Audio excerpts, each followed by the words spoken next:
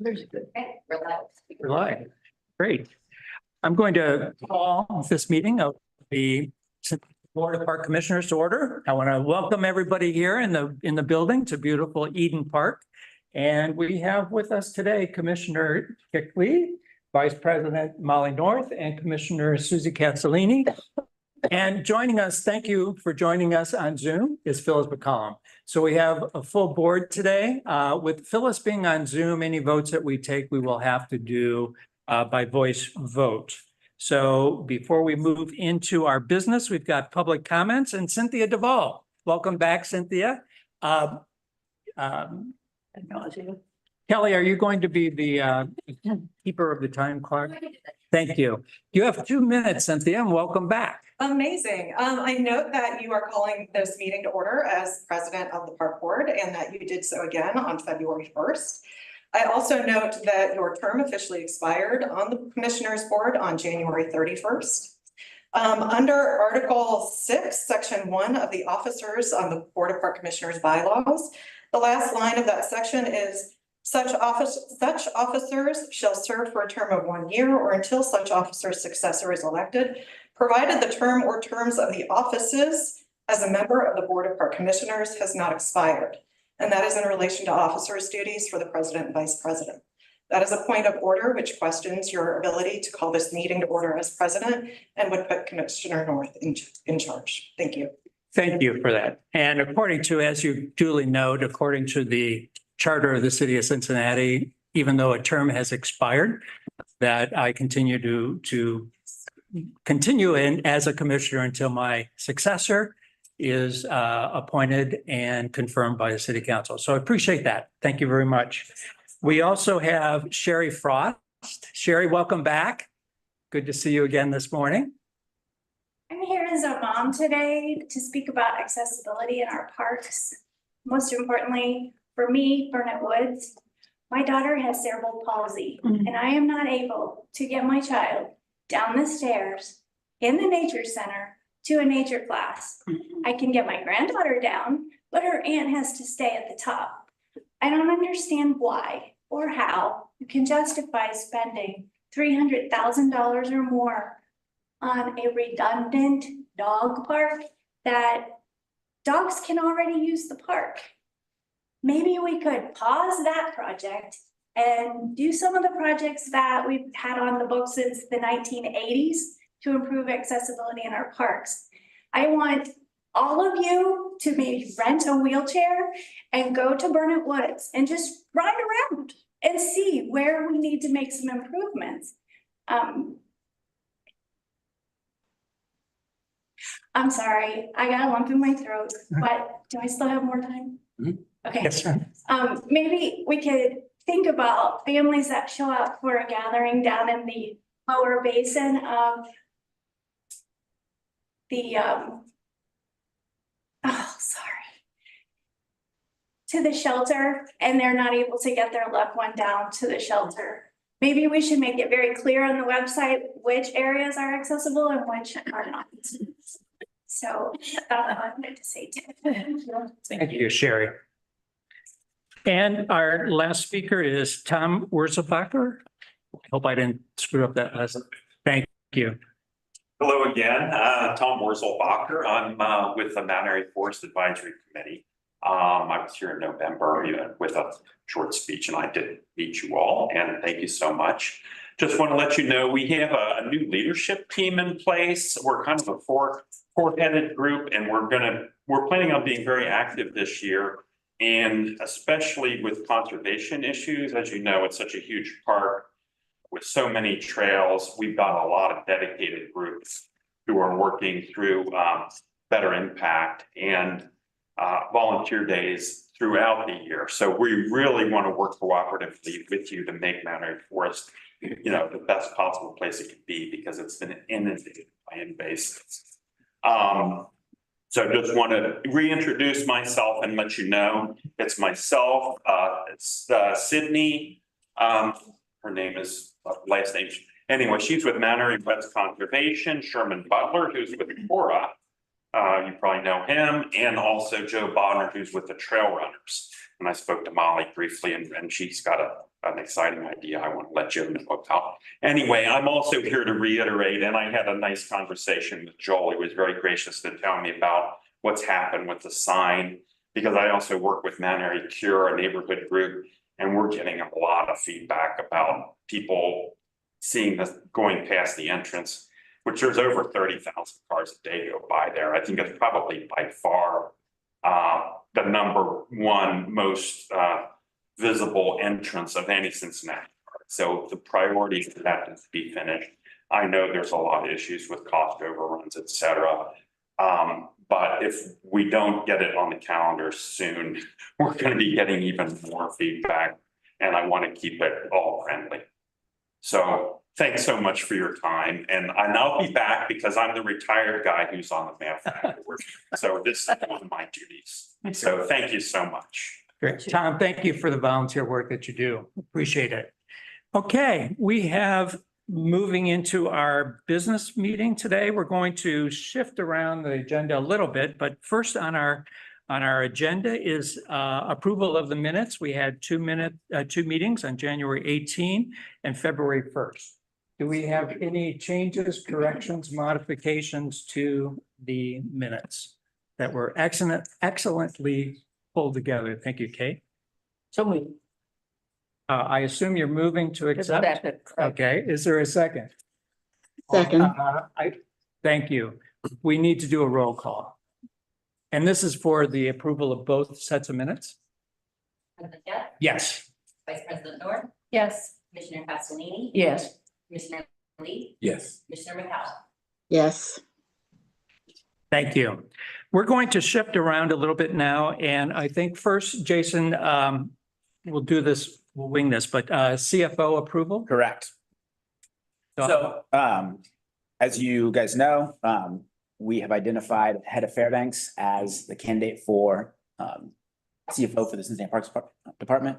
You guys had a chance to meet her at the special meeting earlier in February, and she has accepted an offer. And so now this is the official time for the board to approve her as one of the direct reports to the director under the kind of like approval metrics that you guys have worked out. So I respectfully submit head of Fairbanks as our choice for Park CFO. She was in just yesterday and brought us some baked goods she made herself for her team. That's how you get your team on board right away. I mean, a really unbelievable scone that I'm going to be thinking about for a while. And some chocolate cookies. Yeah, it was fantastic. There's one scone left, and if no one's taken it, maybe a commissioner can have it on the way out. But she brought in several baggies, and they were quite impressive. Congratulations. She is also impressive. So moved. And is there a second? Second. Before we vote, I do want to say too, congratulations. It was a great process, and I think you've got a great candidate. So with that, we'll take a vote. We have a motion on the floor to approve our new CFO, and it's been moved and seconded. So President Gett, yes. Vice President North, Yes. Commissioner Castellini. Yes. Commissioner Lee, Yes. Commissioner McCallum. Yes. Great, thank you.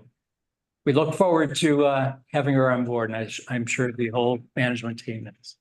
So with that, Mr. President, I would ask that we move to accepting the in-kind contributions from the Parks Foundation. That is page 61 Yes. of our agenda or of our packet. Yes. We have before us, what was it, 61? Page.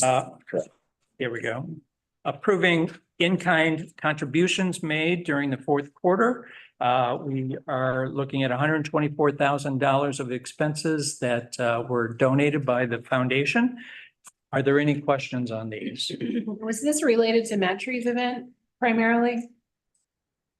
Batteries event, Their tree relief program? no, so this would only be, well, some of them might have been, but a lot of these were just every quarter, there's a whole series of things that they do for us and they pay directly for. This seems a little bigger than typical. I just wondered if it was related to something in specific that we could recognize. Yeah, it is. It does look like, so There's the relief program. 31,000 for the relief trees. Okay.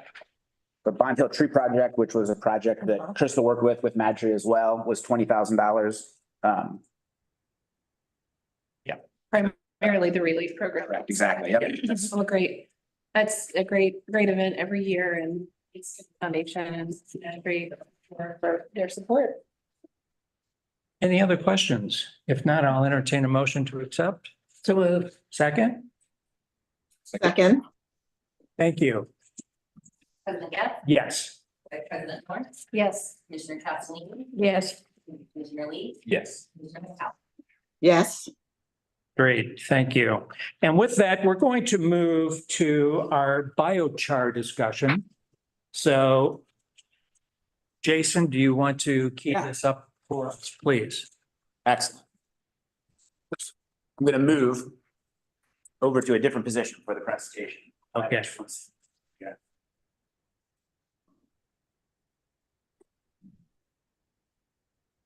Second. Good.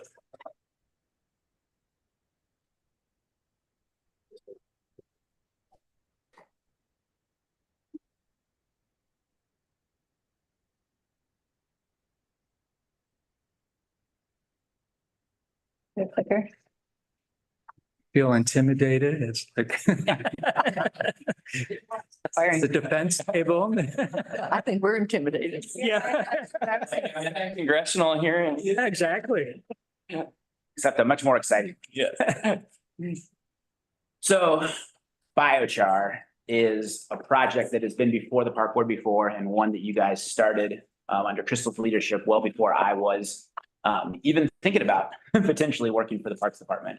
It was one of the first things I got involved in. There was a need to meet with Great Parks right after the kind of before after I got offered the job and accepted, but before I actually started. And so I kind of some of the work I was doing in the interim was getting into biochar. And a hilarious anecdote, or I think a funny anecdote, is I came back from to my red bike team and I was telling them about it and explaining biochar, and they looked at me and they were like, "You were ready for a new challenge. You're as excited as you've been in a while." And so it was something that certainly caught my imagination early, and we're excited to kind of come here today and bring you guys an update on where it's been. There's been a lot of progress over the year and a half or so I've been with the Parks Department. And this is kind of an update of where we're at and kind of wanted to go with it.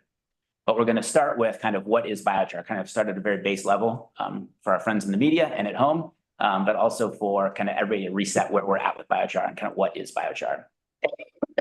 Crystal, to kick it off. All right, thank you. It's quite an honor to be here today. It's been a long time coming, so I'm excited for it's underway. So just as an introduction, so as trees and plants are photosynthesizing, they are taking in CO2, they are storing that carbon to essentially build the plant material, and then they're releasing oxygen. So this incorporates and then adds to transpiration and the cooling of our city. But what we're really talking about today is that carbon storage that the organic material goes through. And so in order for plant material to be converted into biochar, it's a process called pyrolysis. And essentially it's heating the organic material in a high heat environment, low oxygen environment. And so when that happens, the organics are essentially kind of evaporated off. And then what's remaining is simple carbonic structure of that plant material. And so when incorporated into soil, it improves the soil's texture. So that then improves the porosity of the soil itself. So that texture alleviates compaction by having the biochar within the soil. It alleviates compaction. It also allows water to infiltrate more easily because it's less compacted. In addition, it also holds nutrients and moisture close to the root system. So in a typical scenario, as we're seeing kind of in our farming industry, as tillage is happening and soils are being ripped, the carbon within that soil is being released into the atmosphere, and slowly it starts to lose its structure overall. This is what we saw with the Dust Bowl when we started to get mass loss of soil from our Great Plains areas. And so this technology itself is because of its structure and because of its chemical makeup, the nutrients that passes through the soil or that's in the soil is held within that carbonic structure, as well as the moisture. In addition, it provides a home for beneficial organisms. So fungi, macros, micros, all these important elements are critters that are needed to really break down the nutrients to make them available for plants to uptake. This then, because we're improving with the ability to improve the soil structure, when we're using this in an urban environment, we have the ability to hold those nutrients and water close to the root system, which then increases the growth rate of the trees and the survivability of trees overall. And research has shown that it can increase the growth rate up to 44% compared to a tree that's grown without it. And one of the most innovative pieces, I think, that really kind of brought this project to the forefront, aside from trying to create better, healthier canopy, is that it takes the carbon that a tree has sequestered over its entire lifetime and locks that up into a solid carbon form that can then be put into the soil and therefore is not released back into the atmosphere as it would if it were just allowed to decay. And so this is not a new technology. Best Yeah, so soil scientists in the 1950s found this amazing soil in the Amazon. The Amazon soils, you can see in the normal section, are very depleted of nutrients. Nutrients pass right through it because of its soil structure. By doing kind of the slash and burn typical, ancient kind of cultivation of agriculture, and then incorporating that carbon back into the soil, they found over 10% of the Amazon basin is covered with this terra petra, which is a soil type that they've discovered. And so that then has allowed them to actually cultivate and grow, agricultural products within an Amazon basin where otherwise would be relatively depleted. And so on the left-hand side, that image is a scanning electron microscope kind of capture of that carbon structure. So when I talk about the nooks and crannies that fungi and microbes can live in, that's essentially the little home that we're creating. That home is also what's improving the soil structure as those microbes are breaking down the nutrients and kind of recalcifying the soil itself, and then allowing those nutrients to be available to the plant material. So why Cincinnati? Why now? In an urban environment, we have very degraded soils. There's little to no nutrients that are going back into the streetscapes and into our urban soils. We also have contaminated soils, just with salt and oils and all the other aspects that are coming from the local environment that are impacting the tree's ability to survive. And what we found is that every year, we're losing about 30% of the young trees that we planted. So we're just continuously cycling. It's essentially treating the urban forests, our urban streetscapes, as a crop. And so by incorporating this, we are improving the soil nutrients. We're improving the soil's ability to hold water. So as we continue to fight through the realities of climate change, we see increasing dramatic drought conditions. This is a technology that's been found to improve soil quality overall. In addition, we are an innovative city. The Green Cincinnati plan is really one of the best in the nation. We've been at it for over 30 years. And in this, our goal is equitable tree canopy distribution. We are killing it as far as canopy coverage goes citywide. We're at 43%, but we know that we have about 20 neighborhoods that we're still falling below the cuff on. And those are also some of the most depleted or most compacted kind of soil conditions that we're finding as well. So there's a reason why trees haven't been growing there. And this is a potential solution to some of those issues. And then increasing tree canopy in those areas brings the environmental, social, and economic benefits that canopy provides, which is the whole reason why we have an urban forestry program to begin with. And then our urban forestry program itself has been around for 40 years, leading the nation in innovative urban forestry solutions. We have a team of top-notch arborists, and that study challenges that we're facing and potential solutions to those challenges. This is the number one reason why we are at this table right now, is because of the history of innovative urban forestry solutions that we've been a part of, brings groups like Bloomberg to us to say, hey, why don't you guys try this out? So we are continuing to work at that national level. And I will say the nation is looking at us today, has been looking at us, has been asking, where are we at with this biochar project? In addition, we are in an unprecedented time as far as funding opportunities. Bloomberg Philanthropies, as I said, we were one of 10 in the nation chosen to run through the feasibility study, one of 7 in the world to be selected. But in addition to that, we have other opportunities that are arising. With the Inflation Reduction Act, The reason why this project has continued to grow is because of the funding opportunities that we have to take advantage of, which we'll dig into more. But really, the return on investment from some of these major funding opportunities is really, I think, what's pushing us to move this as quick as possible. So how does it work? So every year, as you guys know, we do a 6-year preventative maintenance cycle. We're removing about 200 to 300 trees, large trees throughout the system. We're producing a lot of wood waste. Historically, that wood waste has just been hauled off and put into a wood dump site where we would use the mulch for mulching around trees and throughout our park system, but largely has been left to just decompose. So in this process, we would be taking that plant waste, collecting it, and sorting it. So really getting it down to a good size that is kind of homogeneous, and then converting that into biochar through the system called pyrolysis. So you'll see the machine that we're referring to there. So as it's converted, there is a good portion, it's essentially a giant furnace. And what we have the ability to do, especially through the Inflation Reduction Act, is to do a combined heat and power situation where we are taking the heat from that pyrolysis unit, feeding it into a boiler, and then that boiler will then be fed through water nursery to heat the nursery, and then fed back into the ORC, the organic raking cycle electricity generator. And then that will then create enough electricity for the site and to potentially feed back to the grid.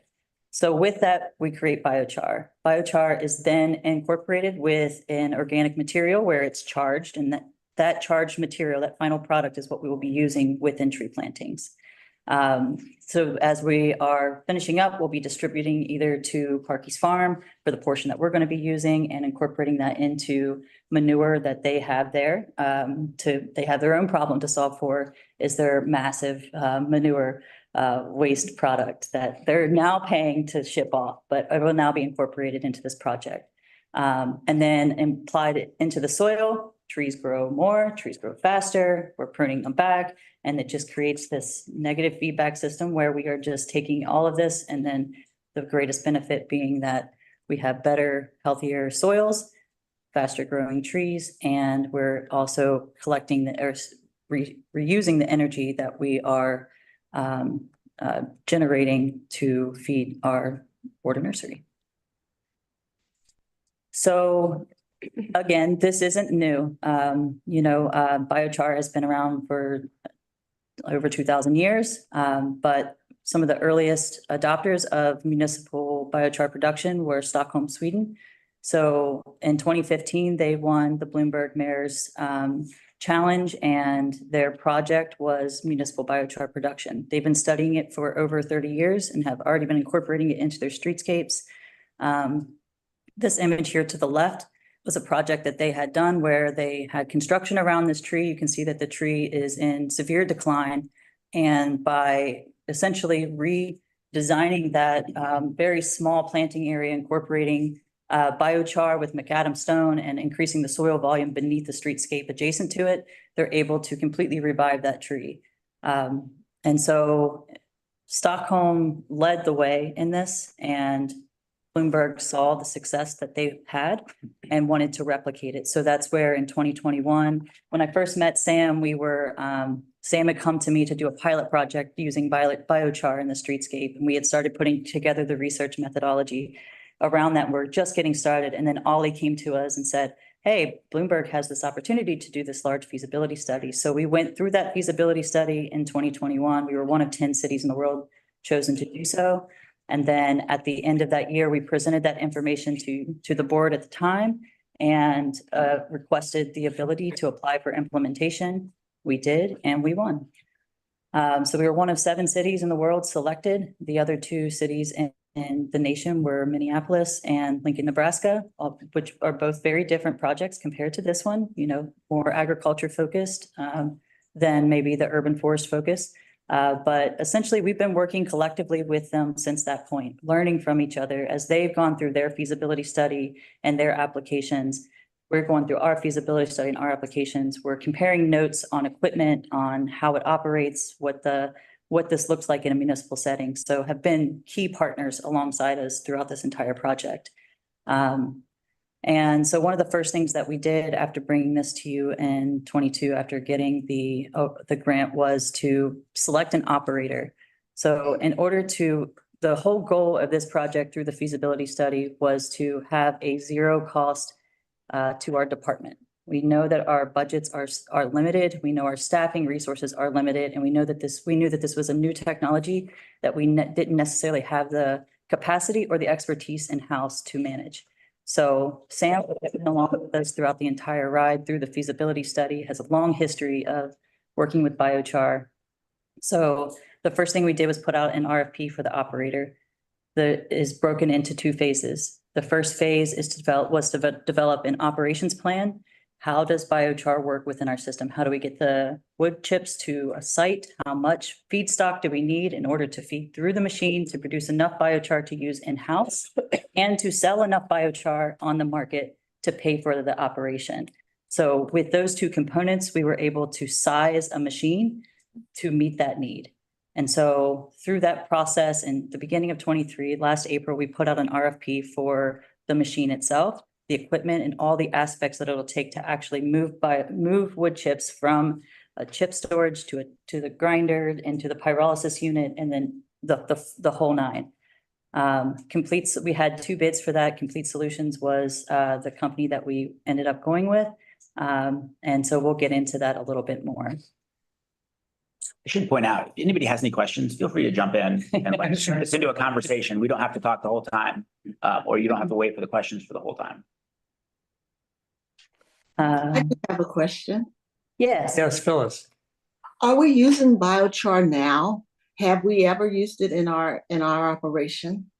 Very little. It's a very expensive additive. We've been largely focused on using organics, like organic compost within our backfill, within our mixes. So we have not been using it in the streetscape to date. But we have been researching this for the past few years, and the research is out on this. Like Bartlett Tree is one of the leading researchers in the nation.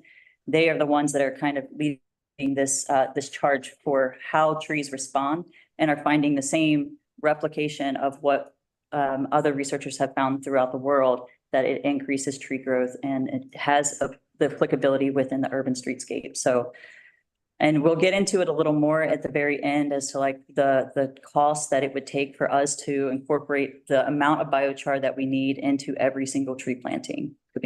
And Crystal, follow up on Phyllis's question. Is this available on the market today? If you wanted to go ahead and start utilizing it, is it available today, and where would you source that? It is. There are suppliers. I know that, and when we get into the numbers, I know that we have, right now we have biochar at a cubic yard raw form at 125. It's that much for a 20% biochar mix of a cubic yard to use. And so, yes, you can source it. There are various companies out there that are producing it.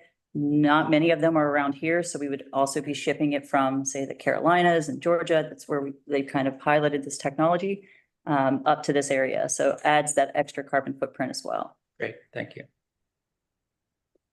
And so I'm going to turn it over to Sam to introduce himself. He's our operator.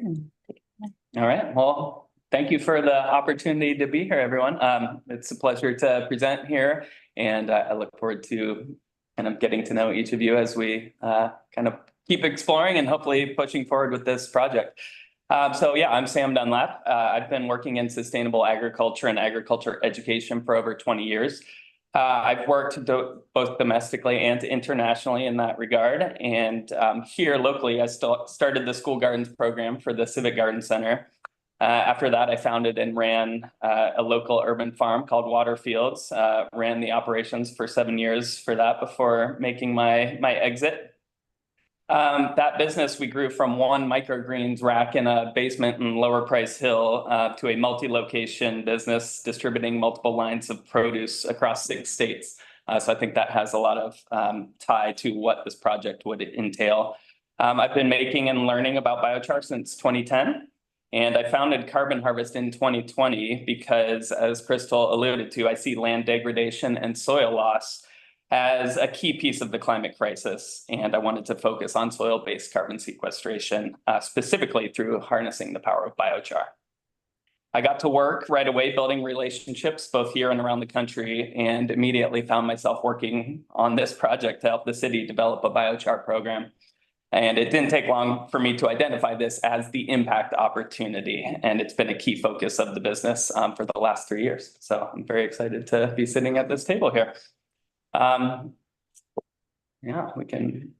When Sam says he made biochar, it's really interesting, and I have a little simple experiment that I want to do for you guys later, but we had a TV crew come out last summer, I think, to do an interview with us. And Sam actually set up a little kind of kiln outside. It's just a little like piece of metal, but he put wood chips in it, lit it up, covered it so there was no oxygen going into it. And it actually, within a couple minutes, you started to see the wood chips not burn like they would in like a campfire, but to actually turn into biochar. So certainly he's not making it with the kiln of the size that we're talking about, Yes. but he literally has been making biochar and did it right out in this parking lot behind us.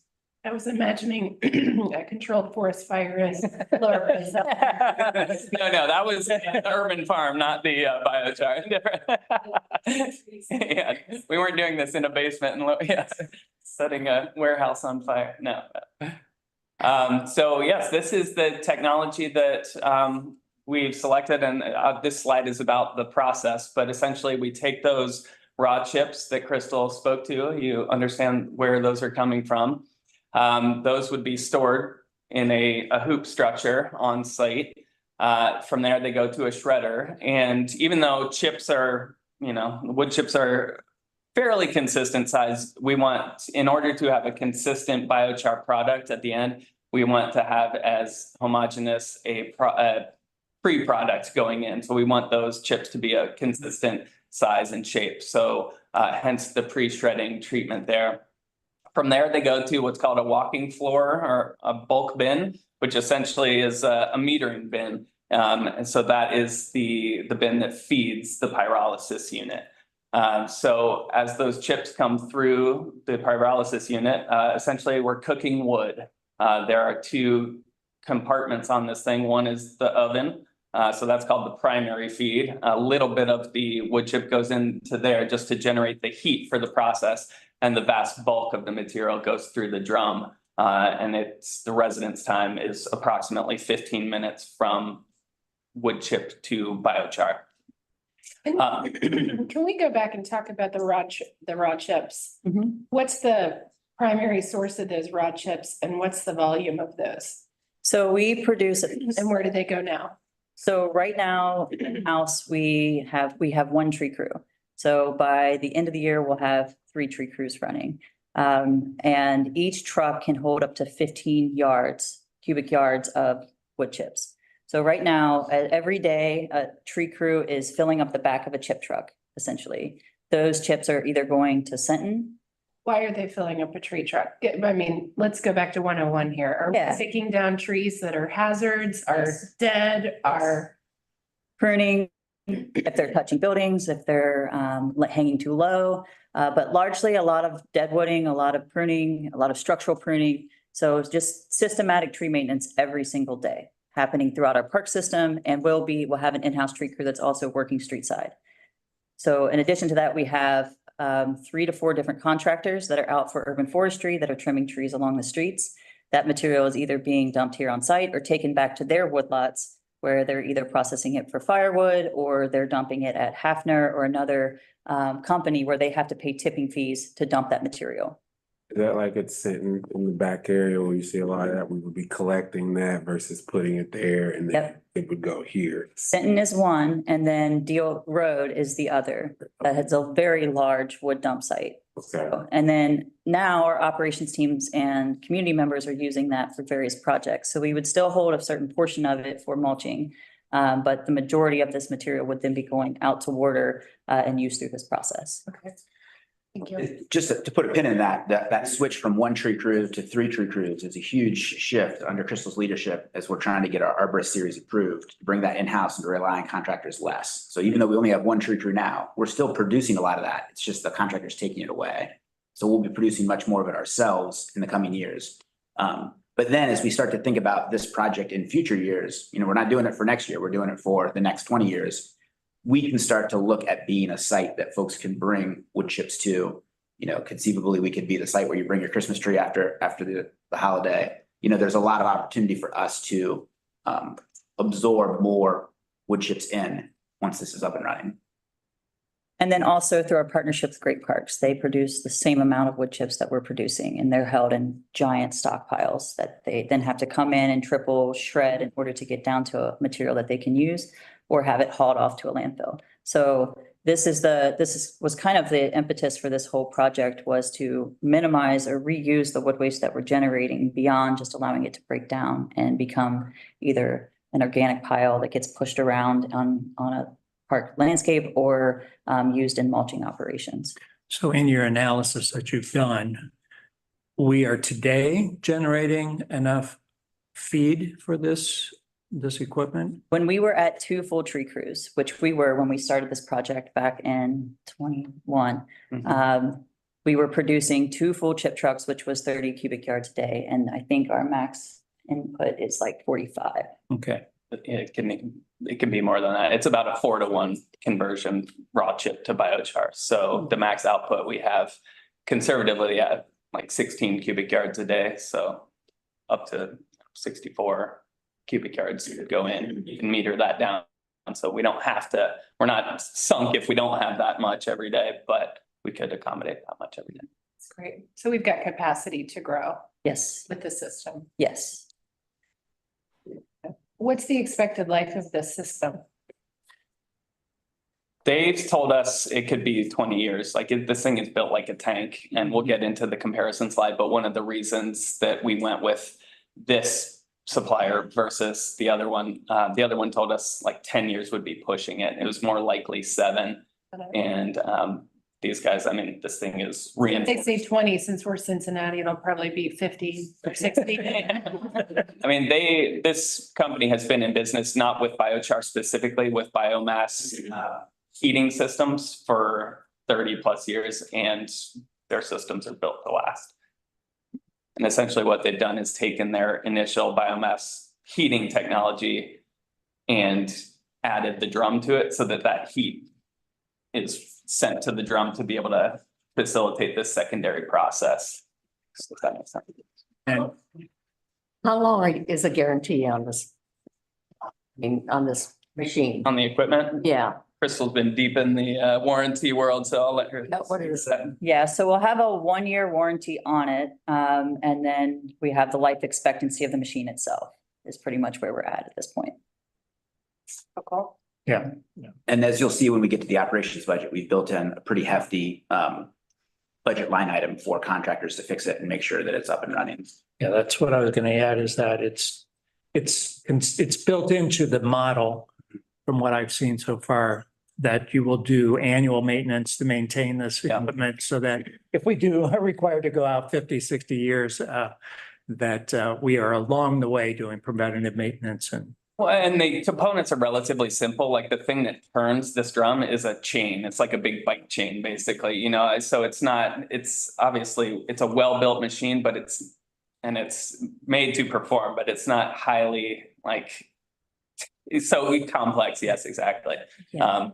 Back to that slide, just to finish off that, Back to. So just while we're on this Okay. point, Yeah.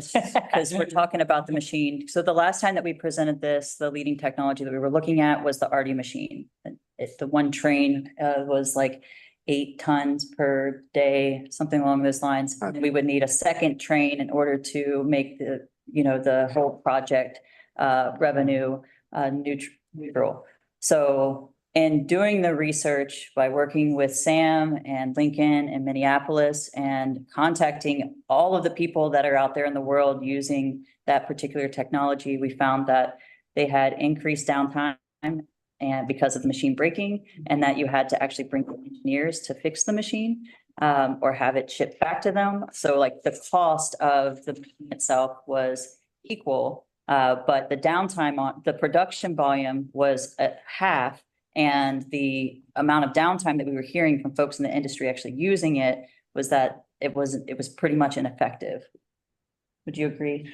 Yeah, I mean, and the story kept kind of changing, like, oh, well, we might need to add an additional dryer to get down to the moisture content that we need to be able to put this volume of wood chips through it. The trains aren't as modular as we thought, so things were kind of in motion with with our communication with them, and I think it put us at dis-ease, felt like, it was off-putting.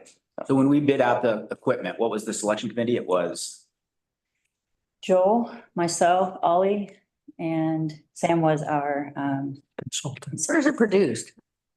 Missouri. Missouri. Mhm. Question, so, like big shiny toys. Could we get to a point one day maybe where we would need a second? Like, could that actually happen? I think with this one, I think we have the capacity to produce more than we need for sure and to pay per operation.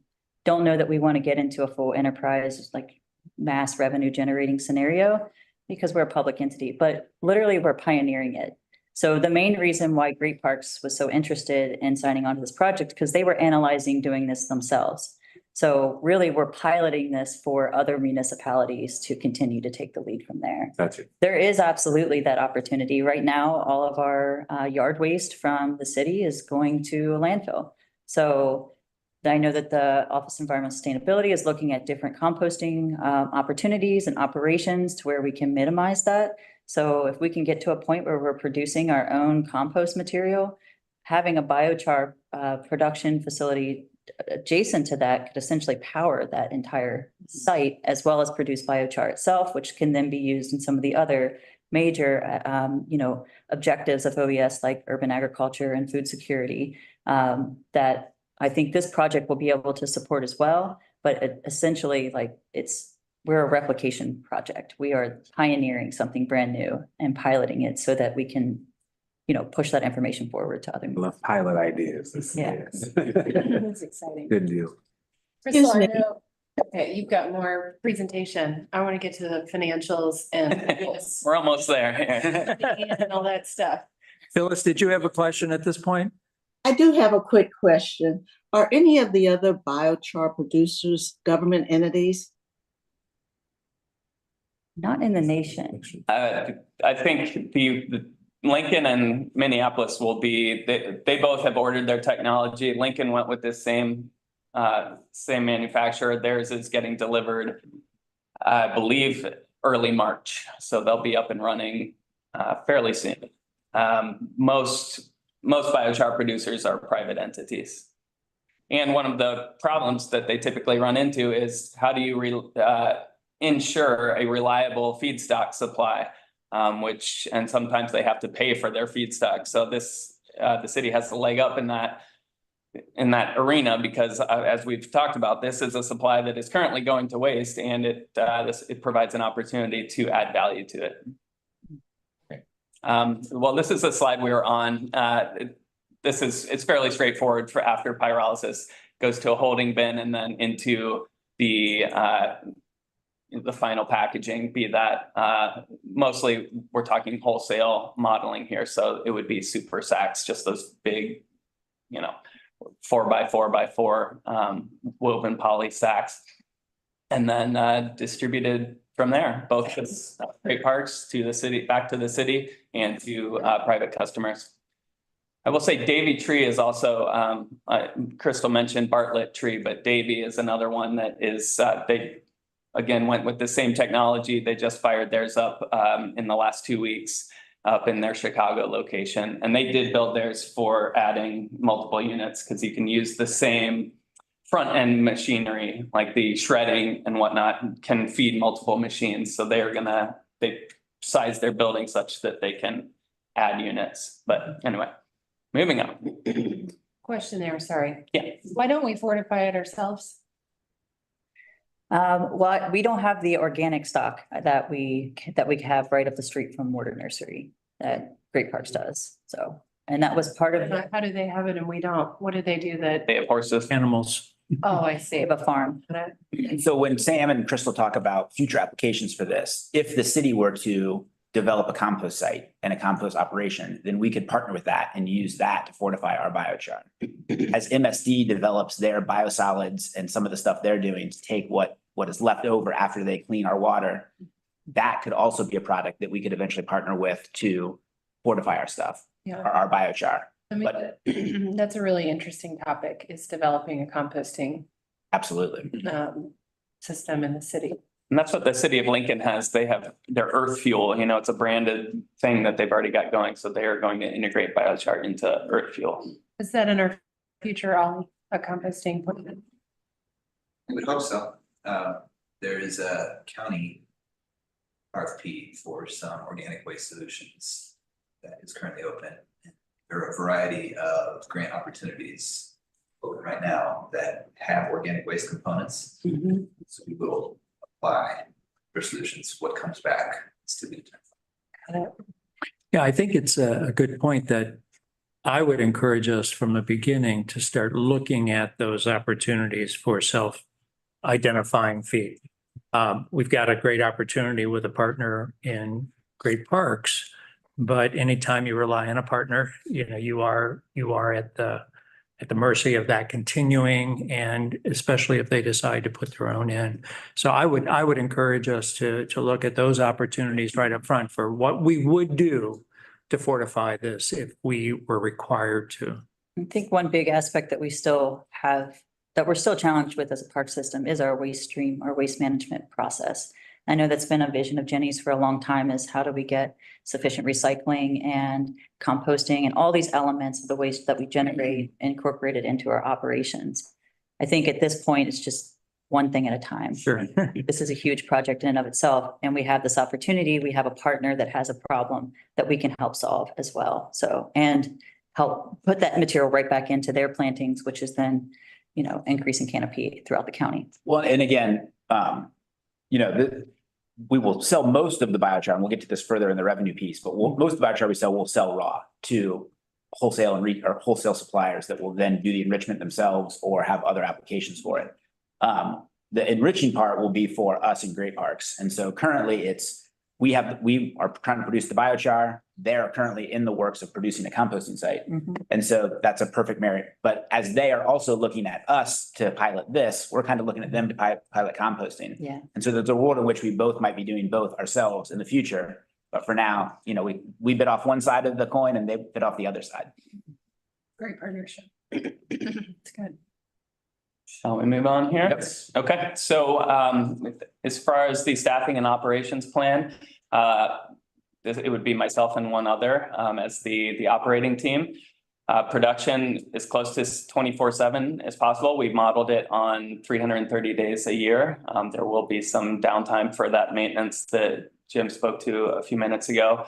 And the plan is to have staff on site 6 days a week. And while there is, we will have remote visibility to the system. We won't have remote operating capacity, but we'll be able to see what's happening, and alarms will go off if something needs attention.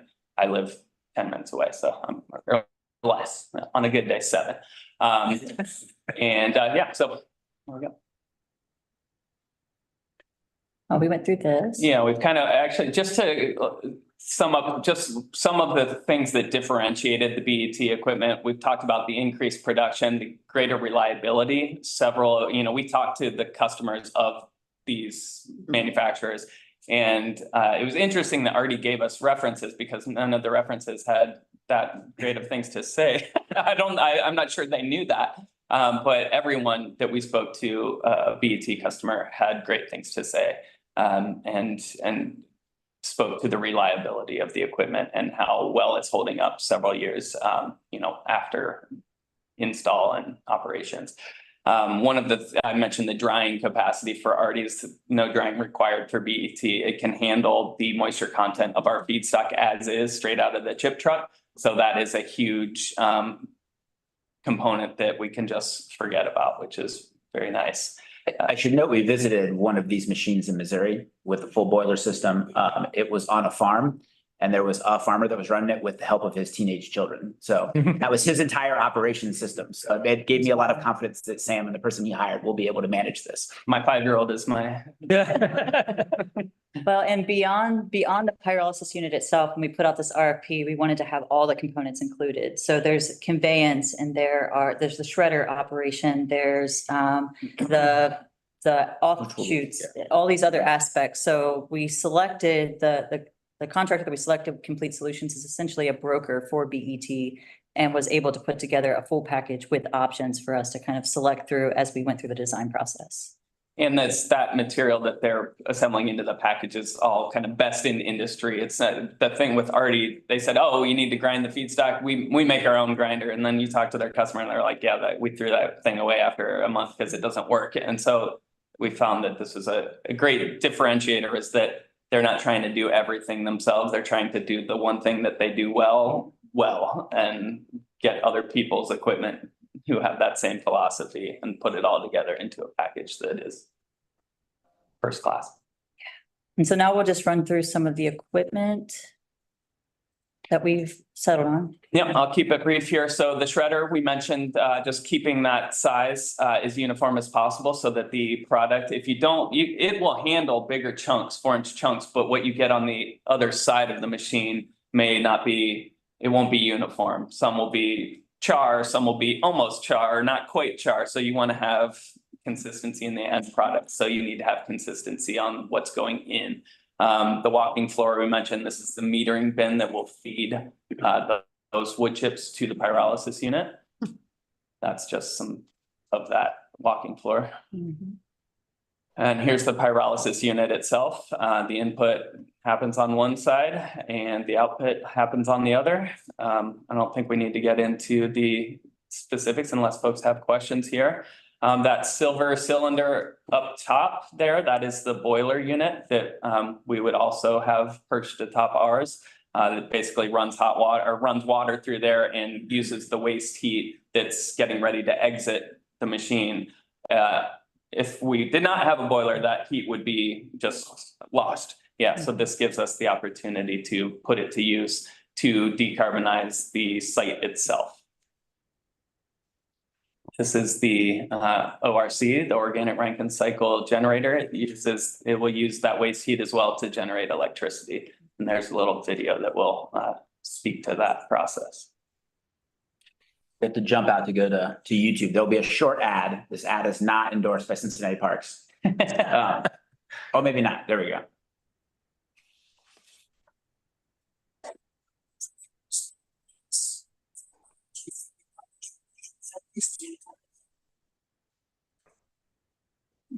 Most industrial processes generate waste heat simply as a byproduct of their manufacturing. Waste heat can easily be used to generate power, which may help meet site emission regulations. In the past, this was not cost effective on a small scale. There is now a simple solution: Electrotherm's Power Plus generator, which generates power from low temperature heat that would otherwise dissipate. The organic Rankine cycle makes it possible to effectively use waste heat with no fuel. The power can be used on site or fed to the local grid. In the organic Rankine cycle, waste heat is fed into the system, such as through a water cycle, in order to cause a refrigerant to evaporate, creating pressure, which then drives the generator. Makes this possible even at low temperatures. The pressure of the evaporated refrigerant drives the screw expander of the Power Plus. The mixer screw expander has outstanding features, such as its semi-hermetic design with built-in oil management, the efficient screw rotors with a variable speed range, and the robust roll bearings. The expander now drives the generator, both together in the same housing. This refrigerant is then condensed and added back into the cycle as a liquid at the pump.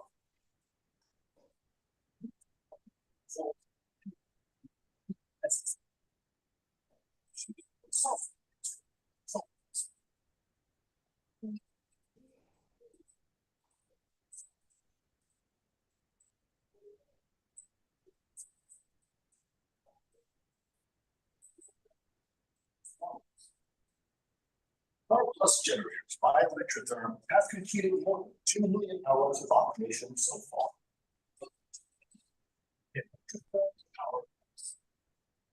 Power friendly power generation from waste.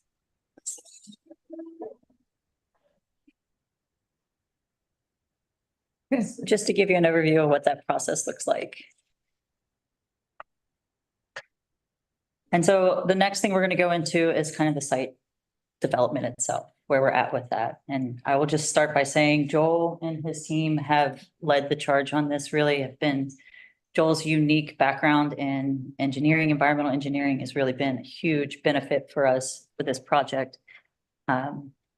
Just take a second and pause while we make sure we're online. Of the video.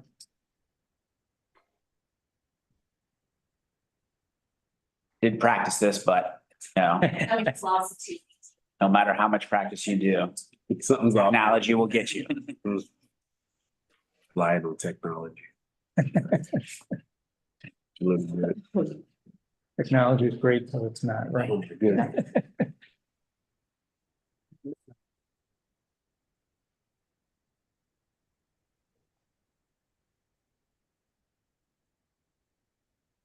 Also, I believe in Joel's report There we go. today, he kind of, I think he said there was like 5 or 6 paragraphs on the different aspects of biochar that planning and design have been working through for this project. So gives you a little more detail into some of those aspects. So the site is in our old report. Okay. So, Oh, here. and I'll invite Joel to come up if we need to answer any questions. But as you can see here, this is Warder Nursery. When we did our individual tours, we went out to Warder Nursery. And as you can see from the south, you enter on Warder Drive into Warder Nursery, which is through a residential neighborhood. North Bend Road, which is what you turn off of onto Warder Drive, continues northwest there.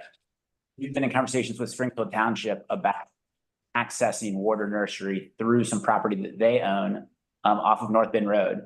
What you see here are 2 potential routes for the 3-phase power. We have to bring electric in both on the shredder and also to connect to the grid to supply any additional power, excess power back in the grid. You'll note, just for point of reference, this purple angle there on the corner of the building, that is the kind of northwest corner of Warder Nursery. So as we go to the next slide, when we were originally talking about Warder Nursery, we looked at a bunch of different sites. I think when you guys were out there with us, we talked about a couple different sites. Where the yellow was what we were thinking was we put it directly next to the existing mechanicals and utilities at Warder Nursery. However, Joel and his team, as they were starting to dig into what would the actual cost be, recognized that there were some slope changes there and grading that would add additional cost and uncertainty. So they've moved the location for the biochar facility to the north a little bit into that green square. Again, that purple angle shows you kind of where this is. So we're going to move to the next slide. You can also see the dotted line of the road. And then you see that purple angle on the lower left-hand side to kind of reposition you at the corner of the building. And so this is kind of, the road would come in from the right as you look at it. You see that big storage bin area with the 2 kind of maroon sides to it. That would be where we'd store a lot of both the wood chips and the produced biochar. And then on the next slide, you'll see this is the design of the inside of the building. So this has all of the equipment that you saw one at a time. At the very bottom of the slide, you have the shredder, which would be outside of the building. You'd be able to load that with like a skid steer or a bobcat. And then that would go by conveyor belt into the walking floor, which would be continually, we could fill that up effectively for as much wood chips as we have. And then that would continually be feeding from left to right into another conveyor belt, which would then split in 2. And it enters the pyrolysis unit for the 2 purposes. A small amount, as Sam said earlier, would fire the actual kiln or the actual heater that is heating all of the biochar through the entire cylinder. And then the bulk of it would go in on the left to proceed through and become biochar. And then you see at the end, conveyor belts will leave and go to the top right into the holding bin. And that holding bin is where the finished biochar product will be. And then on the top left, that rectangle is the ORC. That will be then taking the heat from the boiler and producing the power. It'll go north to the top edge of the building where Joel has kind of marked out a zone that will have kind of the connections and controls that will take that from the building into Warder Nursery. an important piece here and why we're hiring a mechanical engineer is that we're taking brand new technology, this organic Rankine cycle generator, and we're connecting it to old school technology. And this water nursery was built in the 30s and 40s and has definitely a very simplistic boiler system. And so we need the expertise to make sure we're doing that right and we're receiving the maximum benefit. So any questions about the site? We'll move on to numbers. All right, so estimating the building cost has been a tricky part from the beginning, right? Because you don't know some of these full numbers until you actually take it out to bid. But we've been improving these and sharpening our pencil over the last several months to a point where we think we're in a pretty good spot. I'll note that, and it's the tiny asterisk at the bottom, but each one of these line items, we put pretty hefty contingency in there, upwards of 20% for some of them. So the building we've got at $420,000. Realistically, we kind of think that might be more like $350, but again, we're trying to add extra contingency in at each point to make sure that we have as much wiggle room as possible. The electric, Joel's team's been working with Duke Energy in Springfield Township. They think they've got that pretty well pegged at $300,000 to bring electric down off the pole into the ground and across the road, and then from the road all the way out to the nursery. The site improvements, those are general kind of like the grading and gravel areas that will be the operation zone outside of the building. The engineering is what we've got out to bid right now. We received bids back on Tuesday. We got that marked at about 125. It looks like from the bids we got in that the low mark is more like 150. So already we're starting to see that there is the real world coming to our estimates. The gravel road would mirror the electrical connection from North Bend. We think this is a really positive thing for water nursery, whether we do biochar or not, because even with moving our green space and our land management teams out there, we want to keep as much traffic off of Water Drive in the neighborhood as possible. Springfield Township obviously agrees. We initially talked about going out to Winton Road. So what we learned in studying that is a couple of things. One, we would have to go through the new water preserve, which opened in October and is absolutely gorgeous. I encourage everybody listening online or here in the room to go check it out. We'd have to go through there, so there could be just the added pressure of driving our vehicles through that space over and over and over again while people are trying to use it or while hikers are there. And then the other piece, which is just much more practical, is that it's longer. And so if you need to bring three-phase power and it's 50% longer of a span that you're bringing it, then that's obviously more expensive. The North Bend site is much more preferred. And do you anticipate using that gravel road then for in-feed and out? Mm-hmm. Out? So that would be able to be, most of our operations in and out of water nursery.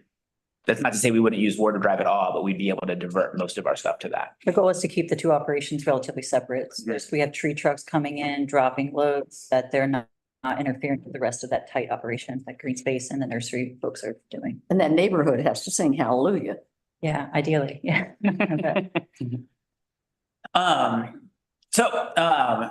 So we've got the building and the site total right around 1.2 million at this point. As again, an estimate with a lot of contingency built into it. Our hope is to bring that in under cost as we bid out each one of these packages.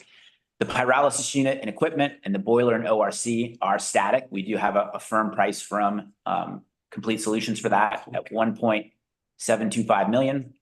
And then the last piece is the life cycle assessment. So that is a $17,000 study that we would need to hire and have done in order to allow us to sell the carbon removal credits. And so these we'll get into a little bit later, but these are part of the revenue stream in a way that companies that are trying to be as sustainable and as net zero as possible can take advantage of our carbon removal and count it towards their kind of economic or environmental benefit. So a total startup cost of about 2.9 million or almost $3 million to get this thing up and off the ground. So what funding sources do we have for this?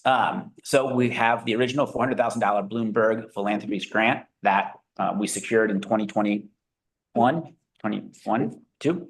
and we've got $400,000 that Cincinnati Parks has set aside for this project previously. And we've got $300,000 that Great Parks has committed to this project, that they will advance to us as soon as we approve the MOU with them. We then have the tax credit advance from the city. So Crystal mentioned early on that we have unprecedented funding sources or funding opportunities.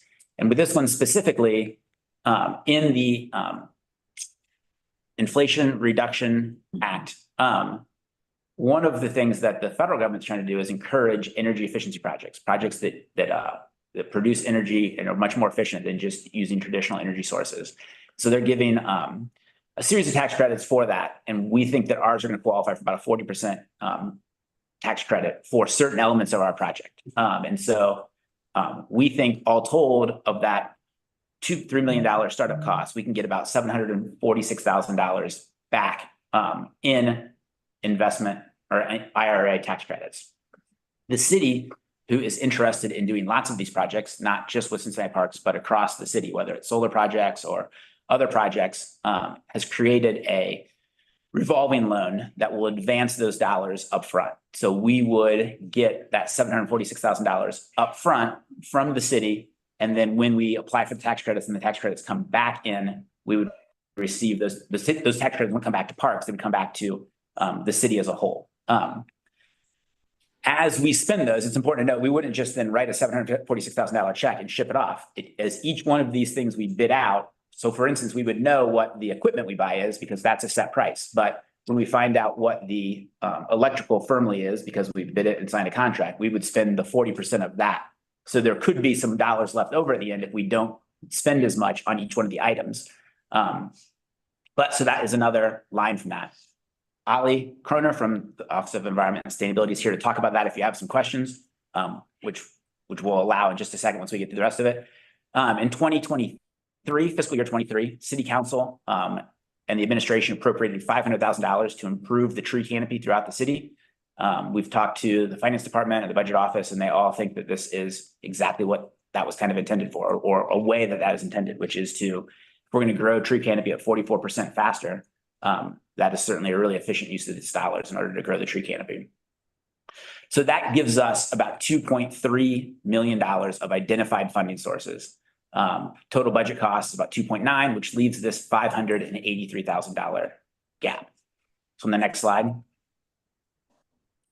So first of all, as you look at that, we've got three outside sources, Bloomberg, Great Parks, and this tax credit advance that are only available if we do this project. If we don't do this project, those dollars go away. And then we've got what would be Cincinnati Parks' contribution to this, and that would be the initial outlay of $400,000 that's been assigned to it, the tree canopy capital, which we could conceivably use to buy trees or do some other project to increase tree canopy, and then this gap, which currently we're listing as Cincinnati Parks covering that gap, but there's obviously other ways that we could potentially get funding from City Council or from some other way, other grant sources that we could potentially tap into to try to close that gap. But that adds up to, interestingly, about a 50-50 split. So the next slide. So what are the possible sources to close this gap? It should be noted that we don't have to make any decisions on how we're going to close the gap today, because we would only have to decide where that funding came from as we purchased each one of these pieces of the site package. So first of all, we've estimated high at every turn on this capital build out. And so we hope that we will see some savings through these high estimates. And as we build out this project, these bids will come in lower and we will see some savings from that will then shrink that $583,000 funding gap. Second, we have the compensatory tree fund. So anytime an entity, whether it's a utility or whether it's a developer, builds something or does some project on parkland or public land that we manage or own, and any trees will be damaged, Crystal and her team go out, they assess those trees with a dollar value that's based upon a lot of national standards. And then as part of the right of entry or the MOU around the project, the person that's doing the project agrees to pay those funds. We currently have about $259,000 in the compensatory tree fund just for these projects. We also do that for our urban forestry, or our street trees, but we keep those funds separate. So we have dollars in the urban forestry, and then we have dollars in the compensatory tree fund. But so those are dollars that, again, are to replace these trees, right? When you cut down a 40-year-old tree, you have to replant 1 million trees and wait 40 years in order to get that canopy back. So this would be a way to increase our plantings going forward and make them grow that much quicker. We set aside in fiscal year 24 about $706,000 for what at the time was Deal Road. Deal Road was a project that we ended up not moving forward, and instead we moved land management and green space to Warder Nursery. And so we still have about $650,000 of that set aside to use on future projects. I wouldn't recommend using all of that for biochar because we've got other improvements we need to do at Warder in order to support our teams and make sure we're continuing to upgrade Warder. But certainly you could look at the road, for instance, and say, well, that road will benefit Warder Nursery and all of our operations there. So that's one source that we could tap into. Additionally, as you know, we have the parks endowments, which are commonly called the commissioners' funds. That is the proceeds from those endowments and the annual generated dollars that we could tap into to fund some of this. And then we have Parks General Capital. We've got about $2.3 million of either dollars that are in previous infrastructure rehabilitation dollars that have been set aside for projects that we have on the books, or in some cases have already completed or have remaining dollars. And then in this year, we set aside $150,000. And in fiscal year 25, which you guys approved in December, we set aside an additional $750,000, which is a total through the next year and a half, or at least until the first railroad dollars come in, is about $2.3 million that we have for projects throughout the system that we could tap into a bit.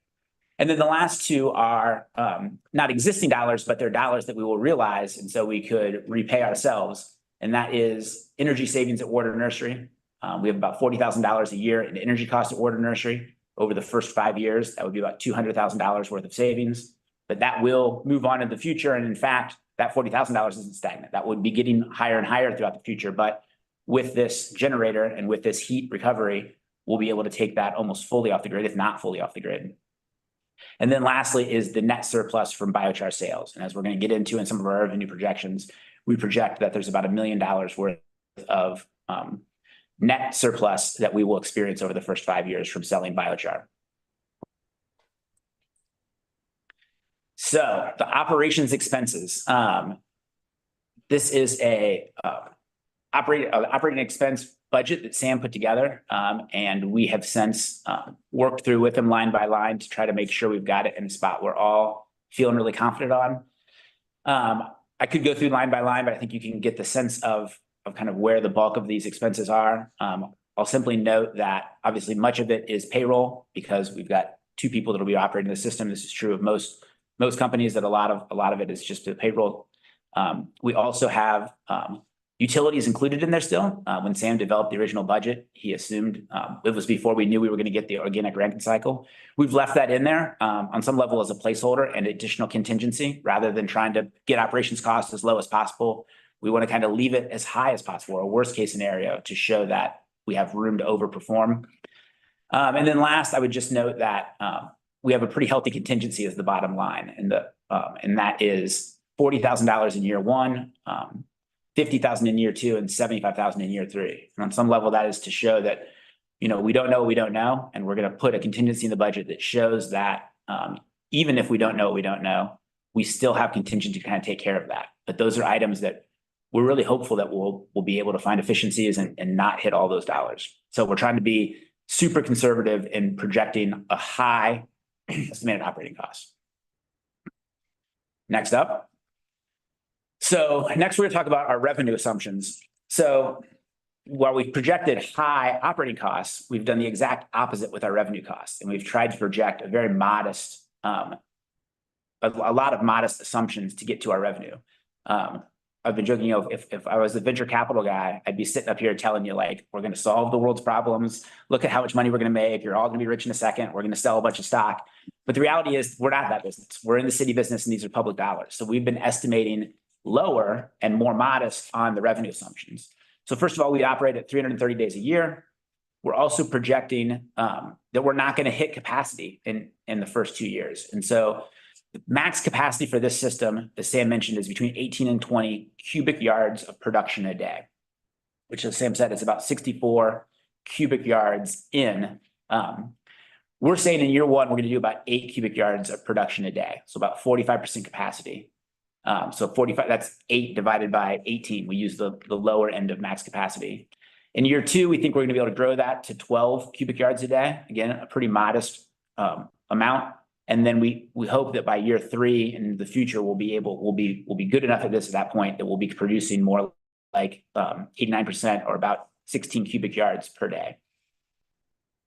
We've estimated that of the 100% of raw biochar we produce, that, and it says city and county, but Cincinnati Parks and great parts of Hamilton County, we use about 15% of it or divert that into kind of free public use by these entities, which will then ship off and enrich with the help of our friends at Great Parks, which leaves about 85% for sale. Now, again, we're estimating kind of high on the 15%. It might be that we don't have capacity to use that much, and we actually use a little bit less as a percentage, but we're estimating high. And then that 85% that's available for sale will be the raw biochar that we are then able to take out to market. With the sale price, we're projecting that at $125 per cubic yard. Industry standard that Sam's seen is $150 a cubic yard. We really don't think we'll have a lot of problems hitting that. But for this model, we wanted to come in with let's say we cut a bulk deal to sell to a buyer, and we wanted to make sure we get in that first year, we get a good price, or we get it out the door. And so maybe we make some discounts for that. We wanted to like build that into it. Sam's even said he's heard that people are getting as much as $180 or $200 a cubic yard. 300. I mean, yeah, it depends on the volume that how many yards, but yeah, it could be even higher than 300 a yard. So we could be estimating really low, but again, we wanted to be conservative in all of this. The carbon credit sale price, these are carbon reduction credits, a new CRC, not the CRC we're used to talking about, but carbon reduction credits. These are, again, as I mentioned before, these are credits that there's a whole marketplace for, and Sam's been working with several vendors on how to price that. But we've set that at $125 a ton, ironically, the same price as our cubic yard. But we've set that a little lower than what we expect to actually be able to sell it for, because we want to, again, be modest and assume that maybe we don't know what we don't know again. The other piece we've done to be, again, conservative in what we're doing is we've projected that we'll only realize 15% of those carbon credits in year one, that sale. Whether it's getting the product certified through the life cycle certification process, or whether it is just getting the deals set up with the exchange to actually sell them, or the fact that, they are reimbursable. After you produced it, you're then able to sell it and reimburse it. So we're saying, you know what, let's say that we just aren't as good at that in year one, and we only realize 50% of that sale. So for the next slide. Can I interrupt you for a minute? Of course. Selling. Who's in charge of selling the stuff? The 85, you are. You're just the sole person out there selling it. Yeah, I mean, I've been selling it for the last 3 years. Like, I mean, So you've got quite a client base that built up. I mean, selling this project, generating interest. Yeah, I mean, I had one of the largest compost companies in the country reach out to me over the weekend when Jason and I were kind of digging into this further in preparation, but saying, hey, what's the update? Where are we at here? So folks are looking for this material. Okay, and so you don't feel that you need to have an arm that is educating people as to what the stuff is in order to sell it? That is part of what we've engaged with Bloomberg about on a local level, just because they want there to be education generally, like the general public may not be super aware of biochar, and that is a goal we have, is to change that. But there is a increasing awareness in certain industries, such as, green infrastructure, like we mentioned, tree companies, compost companies. Like their biochar is more than on the radar in certain segments and in agriculture. And yes, on that point, the USDA is on board with biochar. They have a cost share program for farmers, and it's approved on a state by state basis. Ohio is one of those states that has adopted the soil carbon amendment, and their assumed price is over $200 a cubic yard, just for reference. Interesting. Artie is selling bulk load per cubic yard for $250. Artie is. Yes. Yeah. Yeah, unfortified. Raw. Most of these are like 10% biochar fortified, 20% biochar. Well, and to start out, we're projecting that we're just selling this in bulk. So we're just selling it to major suppliers and major folks that will then take it on and then do whatever they with it. There is a possibility that as we grow and become more sophisticated, you could one day be able to buy a bucket of Cincinnati Parks biochar out in the community, and we can move it to that level. But the marketing to begin with will be much more B2B, much more kind of through industry avenues that Sam's already done a really great job of building. Awareness days at some community farmers market. Absolutely. There you go. Yeah, that's down at Finley. Yeah. Sell a cubic yard of it. Yep. So excited about that. Everybody's gonna want some. Well, I think water itself can be a place for, an educational site. I mean, this is going to be something that is worth people coming to see and get excited about when you integrate all the energy, components into it. And we are the only city among the three of the Bloomberg cities in the US that have this energy component to our project. So it's just, Well, and it's exciting. if you think about it, like people promote these days, bring your Christmas tree to us and we'll give you in return Yep. mulch or wood chips. Yep. We do the same thing at Water. Absolutely. Bring us your compost, bring us your. And just to kind of add fuel to the, Idea. to the margin piece on retail, I sold somebody a 5-gallon bucket of biochar recently for $100. So You can make it out here and I didn't steal it. It wasn't city char. Don't worry. This was my own production. But the smaller the unit size, as with anything, the higher the margin. Generally speaking, but That's a question. Would the Christmas trees go to this facility? I don't know where they go now. I know they're a Christmas tree pickup too. Currently, Ollie wants us to take all the yard waste. currently, the city picks them up and they take them to the landfill. And so there's special Christmas tree pickups. And again, we can't commit to anything right away, but that's the kind of thing where you could Opportunity. see that Oh, yeah. opportunity. And then that's part of the educational piece. So And that's really where we've kept the guardrails on this throughout the process. Like Ollie came to us early on, like, do you want all the yard waste? We're like, whoa, whoa, whoa, whoa. Like, let's just manage our own waste first, get it up and running. concept first, and then. We're planning big community events. Ollie wants you to take it all. Well, and from the beginning of the project, some of the original, entities that had commitments to buy, we also had commitments for education and partnerships in that realm. UC, Civic Garden Center, Great Parks, all kind of signed on initially for that purpose. So this is the revenue model slide. I talked about the assumptions, and Molly, I love that you looked that up, and I can't lie that there was a moment where I was like, oh God, please be more than 125. And then you said 250 and I was like, but that's why we're trying to be super conservative, because even with these conservative numbers, and I could go line by line, but as you see at the bottom, our total revenue in year 1 is 336. In year 2 is 612, and in year 3 is $830,000. And that's with all of these conservative numbers. We don't have to be at 250 for those numbers to be much, much higher and much further above what we say our operating is. So we're estimating high on our operating and low on our revenue, but we think there's going to be downside on operating and upside on revenue that could be really impressive. Jason, I've got to leave in 20 minutes and we've gotten a lot of these numbers in advance. So I'd like to present a couple questions. Absolutely. Here is my goal for this project. Mhm. I want a scenario where we recoup the cost of this investment in 5 years, not recoup $1 million in 5 years. When we signed this MOU with Hamilton County 5 months ago, the total cost of the project was $1.1 million. And now it's $3 million.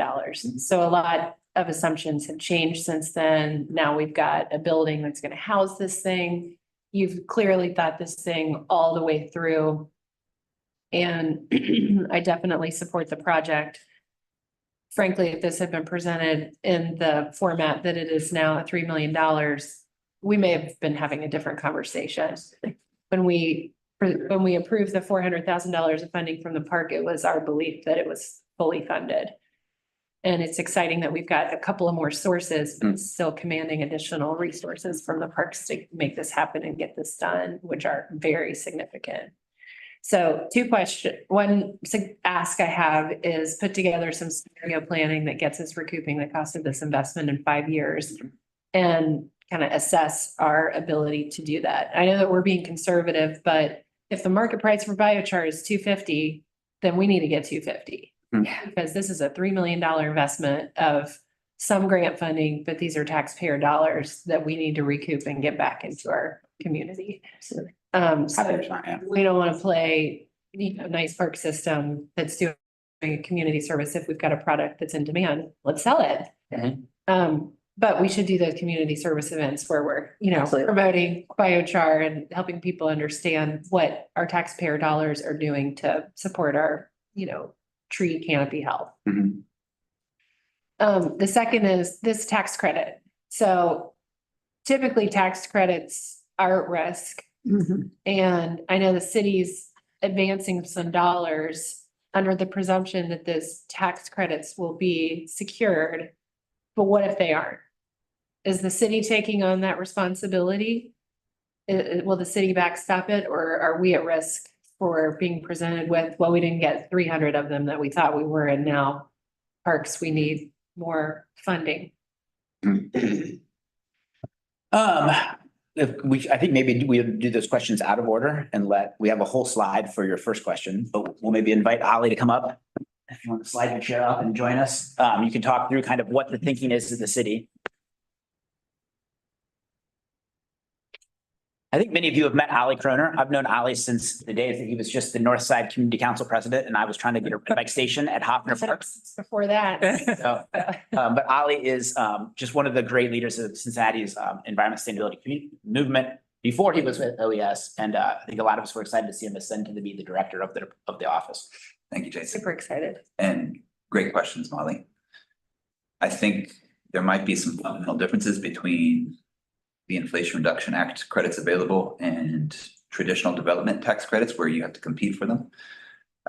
These are default credits. So if you've done a clean energy installation before, you will qualify for a tax credit for that installation. The Inflation Reduction Act does two things. It expands the credits available.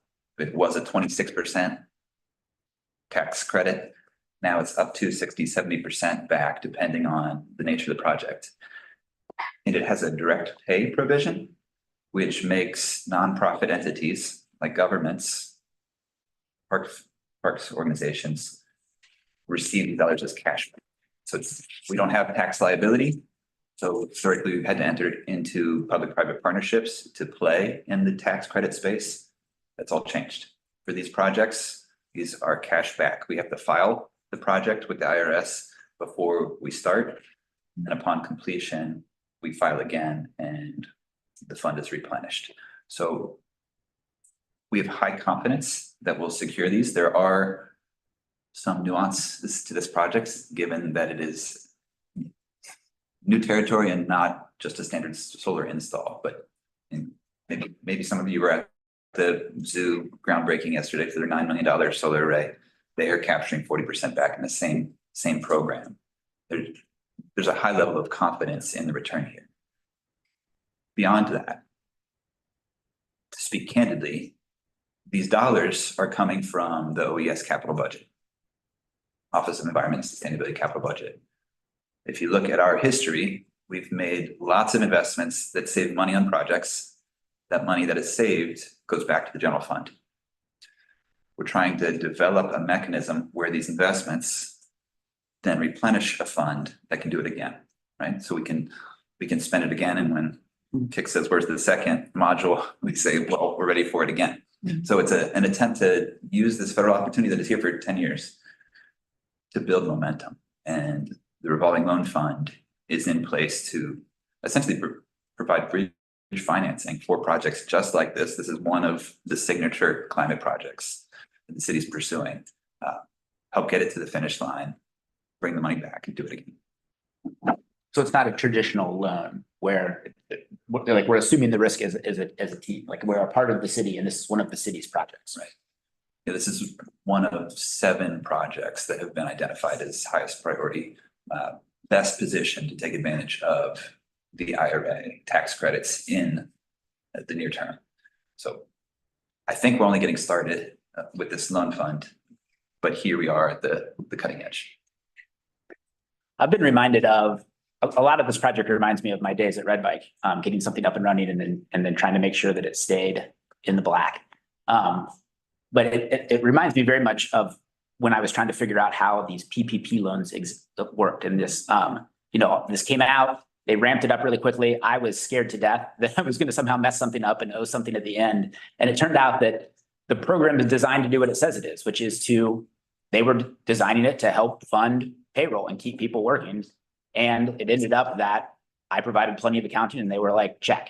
And my sense is this is a similar thing, which is they're not trying to recoup loan dollars. They're trying to get money out the door to invest in these projects. So I'm pleased with Ollie's high confidence, and I take a lot of faith in that because I know they've been on the front lines researching this and getting into it. But Well, we're not alone, right? Yeah. I mean, we are parts of national groups that are evaluating how to apply and deploy these funds in cities. So you've evaluated the budget, and certain things qualify for this tax credit, certain things don't. So you've gone through the detail on the components of the budget and have confidence in the 746? We have put the budget in front of legal experts who have evaluated the IRS rules, the DOE rules, to help answer that exact question.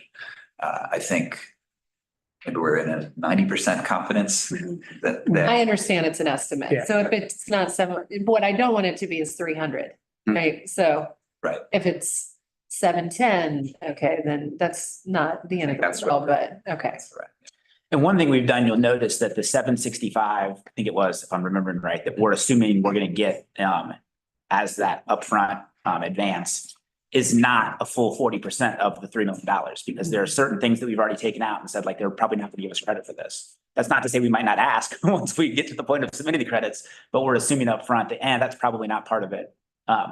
This probably is. And so like conveyor belts, the building itself, we're not assuming we'll get tax credits.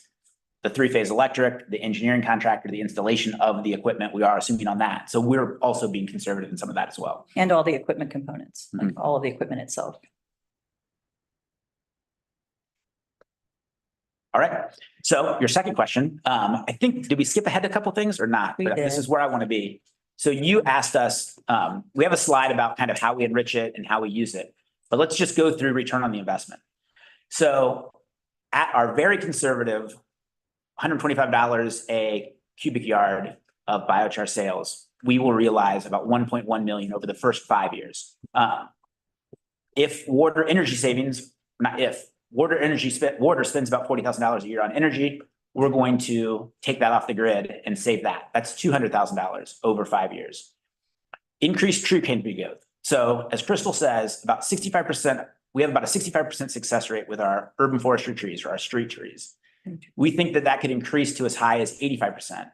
And so that means that if we're planting 1,500 trees a year and we see a 20% improvement, that's 300 less replanted trees every year.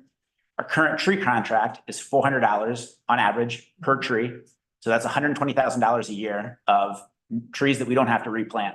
So that's a $600,000 benefit over 5 years. And then last, biochar for parks. So admittedly, we don't currently buy enriched biochar for parks. But we wish we would, and that might be, that would be the other route for this. But if we plant 1,500 street trees a year and we use about 0.8 of a cubic yard of biochar, of enriched biochar, so that's biochar to 1 to 5 mix, 1 biochar to 5 of compost mix, that's about 1,230 cubic yards a year that would be needed to put 0.8 cubic yards for every tree we did, which is what's going to get us that 44% increased canopy and is what's going to get us that 85% success rate with trees. So then the math in the bottom line is 1,200 cubic yards a year at $120 a cubic yard is about $150,000 a year we would need if we wanted to realize those benefits, which is about $730,000 over the first 5 years of the project. So if you go to the next slide, in 5 years, if you add up those numbers, and again, all those aren't savings, some of them are benefit, but there are things that would benefit the park system. You've got about $2.6 million in return on investment over 5 years for that initial parks investment of $1.483 million. And again, that's with us being conservative on every one of those. If we can get even close to the Artie number, we might be able to pay the whole thing back just with the revenue from selling biochar. This is very exciting. As you present, I definitely want us to track this and realize the savings over the years. I do want us to look at the savings separately from the additional benefit. Got it? Because I don't want us to inflate our bottom line. They all should be counted and recognized. But the reality is, as you said, we're not buying $738,000 of biochar right now. So it is additional benefit. So if we go back one slide then. I mean, again, we can talk this through, but on some level, that net biochar sales revenue, to get to the full 1.4 million in 5 years, we don't have to be much higher than 125. Probably 150 would get us to that. And we'll run that scenario for you. Yeah. But I mean. It basically Part of it's 1.9 million is Several your, dollars. 1.9 million is your return in 5 years. correct. So it would take you 8 years, 7-8 years to get your return on investment, The full 3 million. to get to your full Yep. 3 million. Mhm. So again, the goal here is that we recoup our investment in that 5-year period. I would say, and it feels like we can. Feels like we can, and then it can be additive. Review for Are me, you counting the Bloomberg? That's part of the investment that you're. Yeah. I mean, it's a $3 million investment. We're not even counting the time that's been spent Sure. on this, that Yeah, yeah. been spent on Yeah. projects, so. Sure. just to simplify things for me, thank you. Review for me the cost of producing a cubic yard of it. All right. So if you go back, Bottom line cost. if you go back to the Yeah. revenue model, Right there, I'm sorry, right there. the revenue model. So we're going to produce, we can do this math quick. If somebody would get out a calculator, 2,640 cubic yards are what we're going to produce a year in year one. So if somebody could put in, go down to, or up to the operating costs. So if someone could take $389,000 and divide that by $2,640. Yep. That would be $147 per cubic yard is what it's going to cost us in year one, where we have the lowest efficiency. If you go to year two and we produce 3,960. So if you go back up to the operating again. So take in year two, one down, one more down, one more down. Okay, so in year two, $419,900. 900. Yep. And you divide that by 3,966. That is $105 a cubic yard. So in year one, we're going to produce at about $147 a cubic yard, which again, we've estimated we'll sell it for 125. So that's. So your profit margin is, if you're selling it for 125 and you're producing it for 105. $20. And And that's just in year. That's in year two. Then in year three, That's get better. you need to understand. That's Well, and you're looking at an all-in number. I mean, typically when you're looking at just a gross margin, so to speak, you're only looking Yeah. at the operating cost. I mean, the actual cost of production. So, you know, as I've looked at it, I spent over 30 some years in my former life in recycling, and it's amazing to me how similar this is, where we used to take scrap metal automobiles and put it into a shredder. so. And out at the other end comes a product that then can be used to generate new steel. This is much the same concept and the same theory. So I've appreciated over the past several weeks sitting down with these guys and challenging them on some of their thoughts. And I do appreciate you guys doing the conservative approach to this. You know, from a business standpoint, you always get the hockey stick of, you know, oh, well, we'll make this and then, you know, our earnings will be this over after we get up and running. But I have gotten comfortable, but I want to make sure this opportunity for you guys that you get as comfortable as what I am at this moment.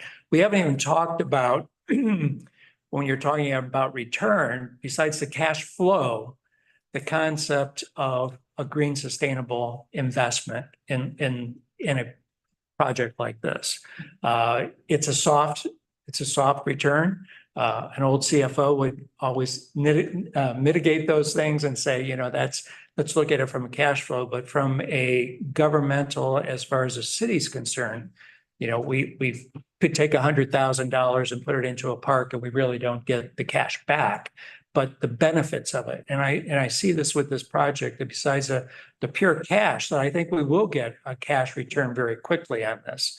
We've got the other soft environmental positive return from doing something like this. Plus, I like the concept that Cincinnati is on the forefront and on the cutting edge of something that we can critically look at from a financial dollar and cents, but also the innovation and be known as a park system and as a city that is doing something, putting our money where our mouth is and saying we want to be sustainable. It's gonna move us from 6 to 1. That's great. No, I really applaud the leadership that you brought to this. Mhm. Everyone here, particularly you, Ollie, and you, Crystal, this is, you know, next level. Yeah. It's It's a product of love, and I will say I came into this meeting with guts tied, but nervously excited to run, honestly, because we've looked at this from so many different angles for years, and working with Joel and his team's expertise to really refine the numbers around the building cost based upon what he's seen from the industry and putting things out to bid is what has really, what scared me at first was inflating the budget, but I feel more comfortable being at that number than where we were at a $200,000 building, given what he's finding from the industry. well, Joel's enjoying the rare opportunity to have a back seat today. But I know that he's been, you know, very involved in bringing this to a starting point. So I'm Absolutely. really proud to be involved with the parks for many reasons, but particularly for this project. Absolutely. Thank you. It's our honor. You have to. I have to leave. Yeah, I want to make sure you keep you on time. It's missing me now. Thanks so much, Molly. I've indicated my support. You don't need my vote for the quorum. And I know you'll continue conversations on from where to find the additional dollars, and Jim will follow your lead. Excellent. All right, Molly. Take care. See you, Molly. I'm going to turn back over to you. All right. Is that, So we did skip a couple slides, but you guys will get this and follow up with any questions. We got to a lot of stuff in advance too. So the next steps and some timelines or some ideas of how this is going to play out. First of all, we would love to approve the MOU with Great Parks. That would get that $300,000 over to us and allow that, you know, as with everything in government, that will take several weeks and that gets us into our hands. Additionally, Great Parks has asked us to do that just so they can get it off their books so that the various people will stop trying to spend it on other things. Next up is, as I stated, we got in several bids to be our mechanical engineer on Tuesday. Joel is part of the bid review process for that. That'll kick off probably next week. And they will look at those similar to how we did with the equipment. Joel and the folks that are reviewing those will look through those, will evaluate not just the lowest cost, but the best cost. There's quite a spread on the range of those. They did come in a little higher than we were hoping, but still well within range. And this is maybe the most important piece to make sure we get this piece right. We've never done anything like this. And to be clear, that it is a request for proposal. So as we begin to evaluate those proposals, we'll make sure that that what they put forward, that there's a clear understanding of what we're asking. it delivers? Okay. So that scope could go down. So it's possible that we can negotiate down from whatever the best one is. Okay. I want to let that process play out. We were hoping that they would all come in below our estimated 125. We might just ask for a not to exceed, but we want Joel to pick the best one regardless of the cost and then to bring back kind of what obviously cost is a factor, but ability to do the project. So it's possible that we would bring that to you in March. It is also possible that if depending on what we find, we might want to be moving even quicker. We might want to call a special meeting to just do a quick approval of that and presentation of that award.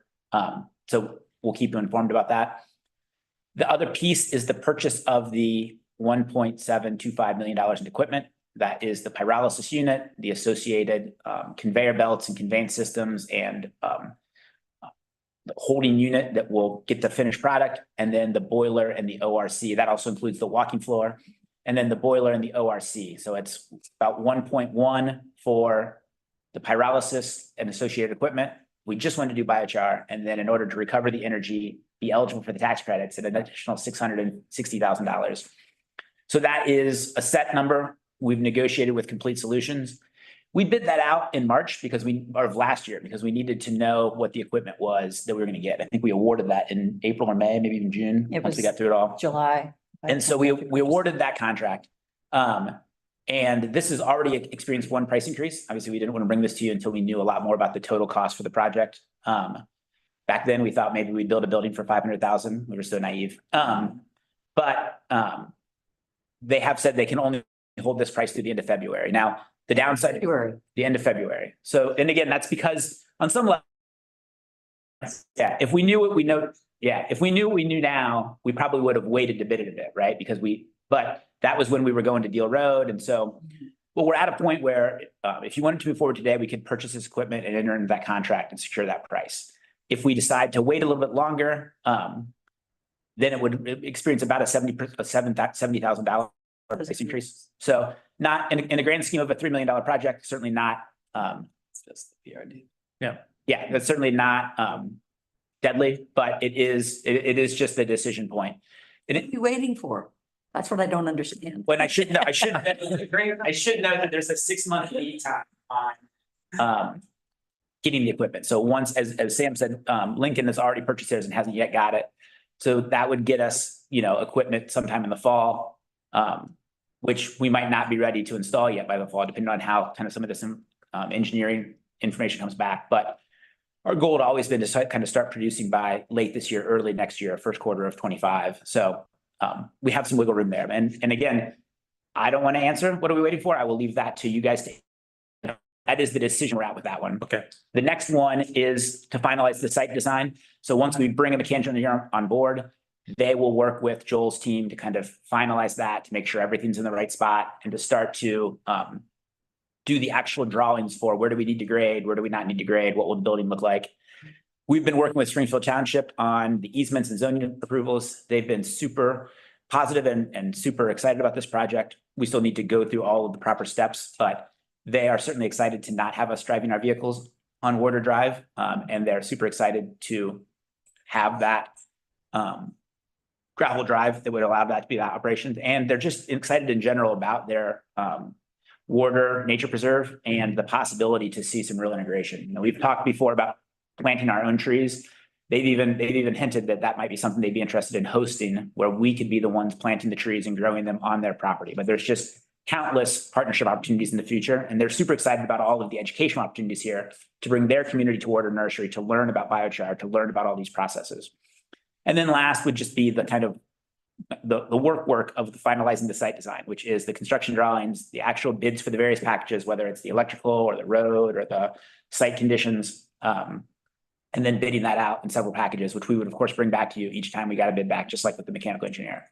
So those are kind of the next steps. I've given some times in there, but again, our goal ultimately is we're hopeful that if things go relatively well, we could be producing biochar by late this year or early next year. And with that, we'll answer any questions you have. Great. So I want to make sure, let's ask any questions on the project itself. And then there's some steps that we need to take or some actions that we could take. But before we do that, I want to make sure this is a great opportunity for everybody to ask any questions you have on biochar, because I think we're at this point where we need to indicate we're either going to do this or we're not. And I think we're at that point. And I would want to make sure that you all are as comfortable as what I've gotten to over the last several weeks.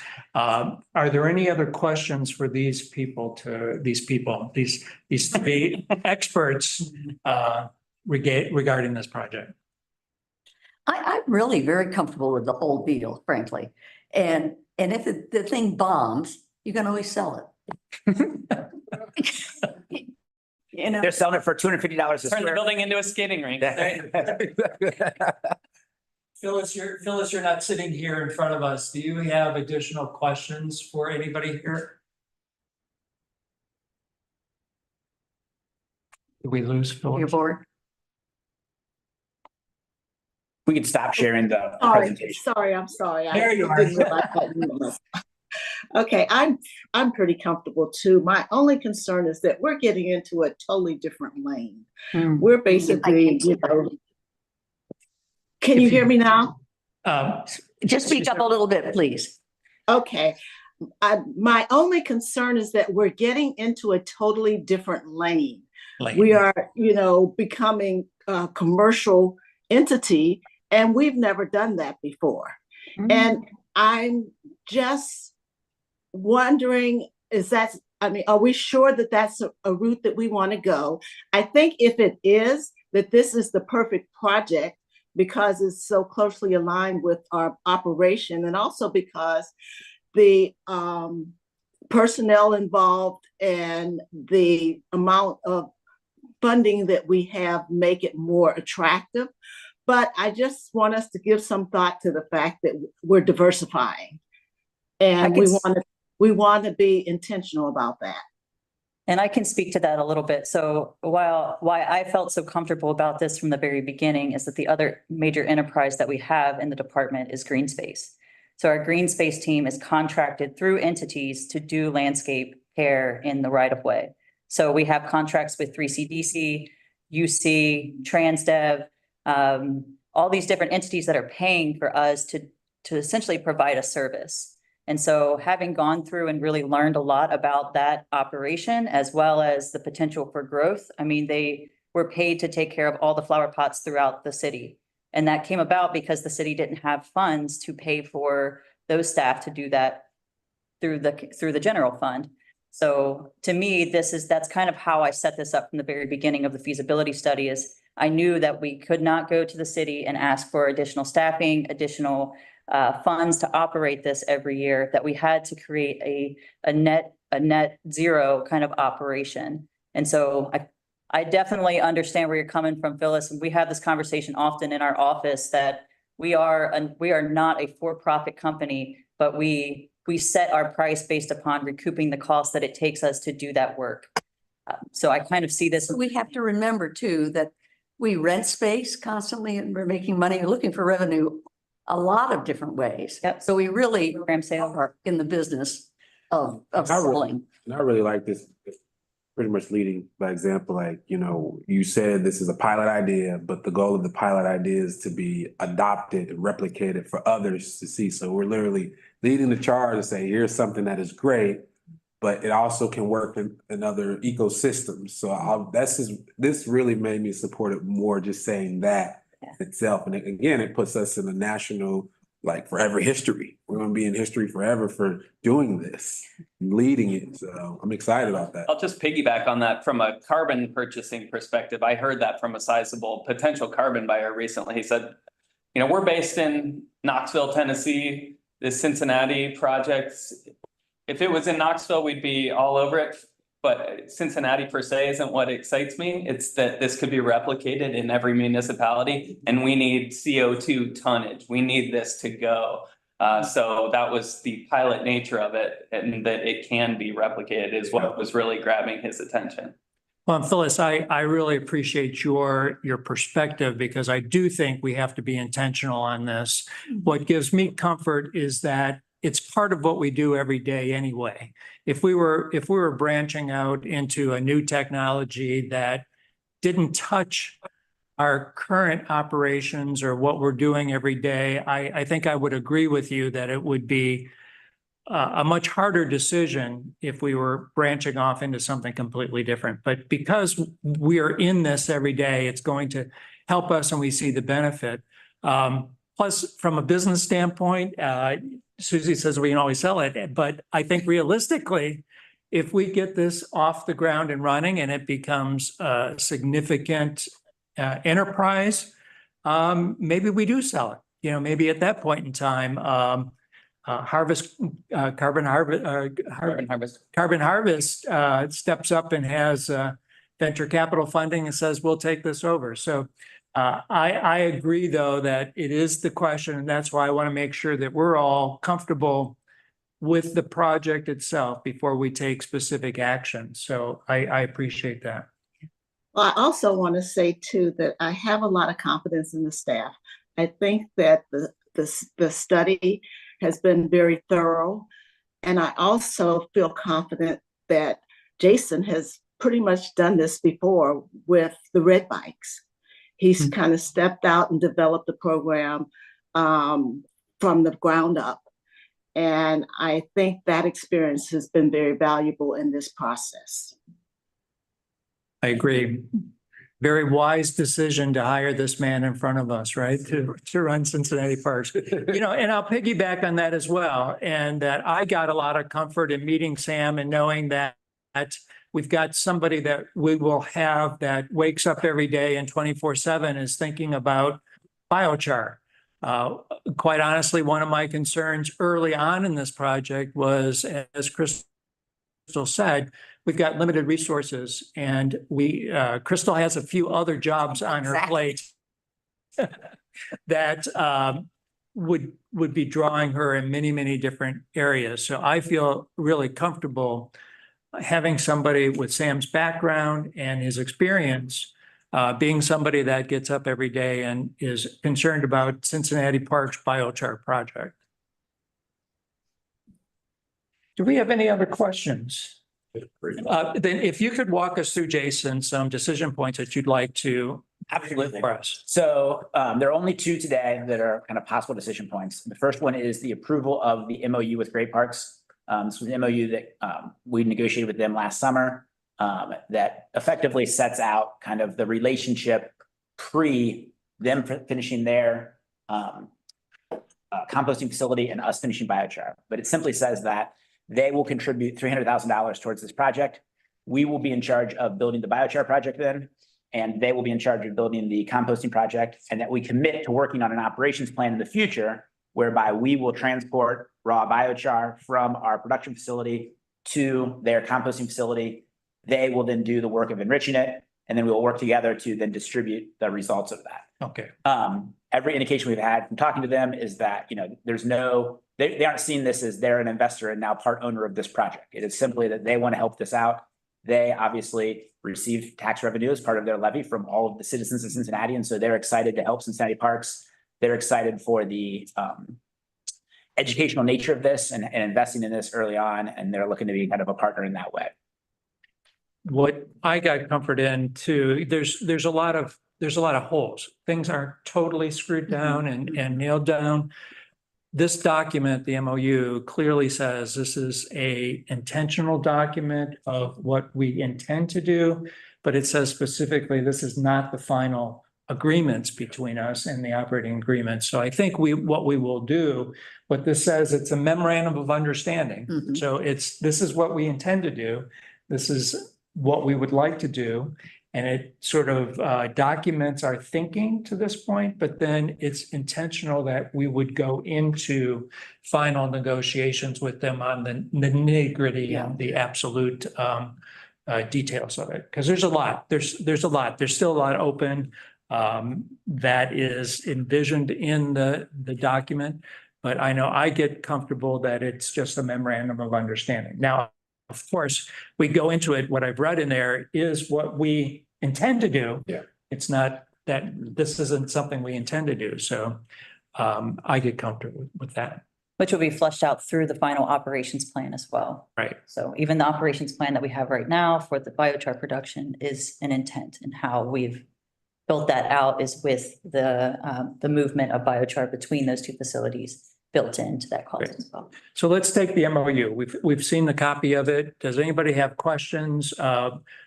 Staff is asking that we approve the MOU. Is there any questions, comments, discussion on that?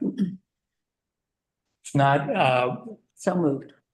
so we have a motion to approve the MOU Second. and a second. Are there any other questions? Phyllis, do you have any other questions on the MOU? No, I don't. Great. We have a motion and a second to approve the MOU. Have a roll call vote. President Getz, Yes. Commissioner Castellini, Yes. Commissioner Lee, Yes. Commissioner McCallum. Yes. Great. Look forward. I think it's a great opportunity to partner Oh, yeah. with Great Parks, and it brings us closer together, gives us an opportunity to do something together. So thank you. What else would you like? So the next decision point is whether or not to buy the equipment.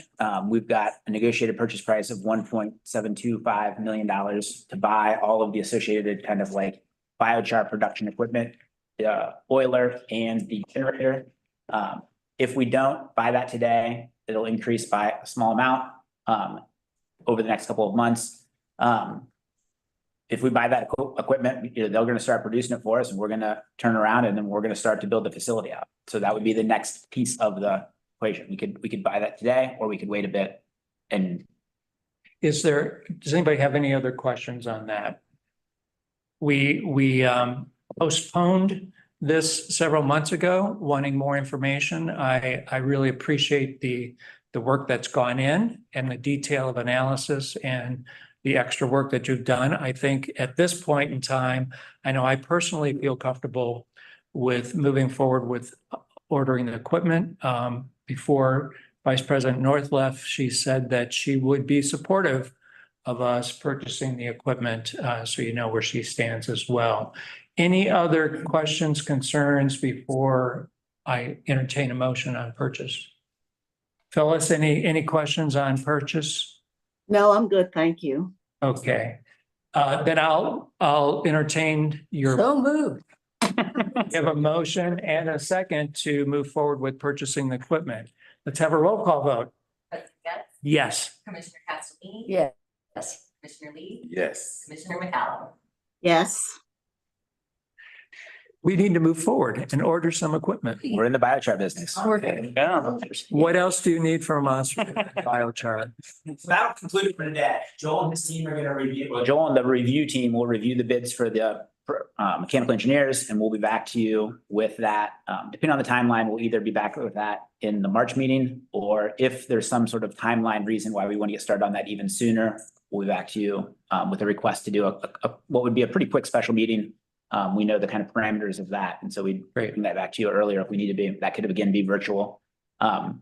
Great. But that kind of concludes what we need from you guys today. We're gonna move forward full speed ahead, and we're gonna. Well, again, I want to thank you guys for the extra work. This is a great opportunity. It's a great opportunity to not only partner with Great Parks, but to partner with the city and with all the city's interest in environmental sustainability. So I think it's a great partnership all the way around. So thank you. Thank you so much. Let's move forward. Sir, it's an honor. Well done. And please stand up before you lose your leg. Oh, yeah. Worried about that for last. Been shaking around? No, I sit on it Oh, you sit. when I get anxious. Oh. Easy on the champagne. Thank you so much, Sam. Appreciate you coming. Yeah, thank you. Okay, let's move back up into our order of business. Joe, you've gotten way too comfortable back there. Our next is planning and design update.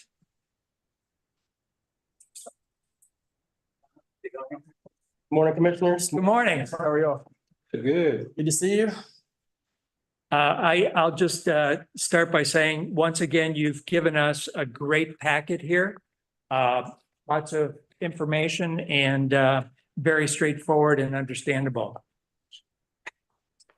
Thank you, Commissioner. I appreciate that. I want to start with the one action item I had for today. Okay, I want to tell you that I don't want to do it today. okay, That's essentially what I wanted to say. In review of this, we're really reviewing the whole pavement system. We have Cliff Drive. Apologies. So last month, I sent to you, I updated you in the packet just saying we'd received 2 partial quotes totaling $58,000 to essentially redo the bad potholes on Cliff Drive all the way down to the intersection. In reviewing that, since I put this report together, I realized that the portion that's the worst to me is the road right in front of Tom Jones Commons, and that those issues were not addressed in those quotes. Therefore, the worst part of this to me was not addressed in this, and I want to pull this to make sure that we're fixing only the worst parts in review of those invoices. We also have a couple other projects that may be just as high of a priority. Mount Echo, right next to the WPA wall, right when you pull in there, that pavement is pretty bad. So I want to make sure with our limited dollars, before we get increased funding and before we have a full picture of what we know, that I'm doing the worst stuff first. So I don't want to do anything with that today, but I want to do appreciate that. We're also gonna look into potentially partnering with the Department of Public Services. They have a pothole crew, and it's potential that they could handle some of these really bad potholes and then bill us back for it. But they have a crew that's out filling potholes every day. Yeah, And so, those, obviously, when you look at those 2 potholes that are on the screen right now, we can't have that. yeah. Do we need to redo the whole road, or can we just kind of fix those potholes and move on? And then, because we know that we're going to be doing big picture stuff with Chrome within the next 10 years for sure. And so it's possible that we just want to take care of those big potholes that are dangerous. Yep. Yes. So- Do we want to? Good decision. Okay, thank you very much. I have a few updates out of my packet. If you all want more, please stop me at any time and let me know if you have questions. I'll You start. just highlight the things that you want to make sure that we notice. in What do we this. focus on? Okay, I'll go really quick. Just Lidle Park. The change order is about to commence. We're working on Fourth Street right now. DOTE has asked that we look at some ADA pavement and accessibility upgrades, basically realigning a couple of the ramps there. So that's kind of held that up a little bit and that we're making it safer for pedestrians there. We're always looking to do that in every one of our projects. That has been held up, but it's imminent that we'll get started on that work. Joe, Yeah. I'm going to interrupt you for a minute. Okay. And I hate acronyms. All right, so please define for me what a TPA is before we go on. It's a third-party agreement. Thank you. And what is an ITB? ITB is invitation to bid. There we go. Thank you. Yes. The agreement is We can understand what you wrote. Megan has a $10,000 or $10 million agreement, I believe, with the whole city that essentially it is a different way that we can procure projects. An invitation to bid is when we go out for 3 bids on projects that are over $50,000. The third party agreement is unique to the city at this point in that they have already completed the DEI and MBEWBE small business enterprise. Sorry about all those. Women-owned business enterprise. Yeah, got Owned business. Yeah, that's. Yeah. I apologize for the acronym. That's okay. Not lost on me that I just did that to you. Yeah, I deserve it. I deserve it.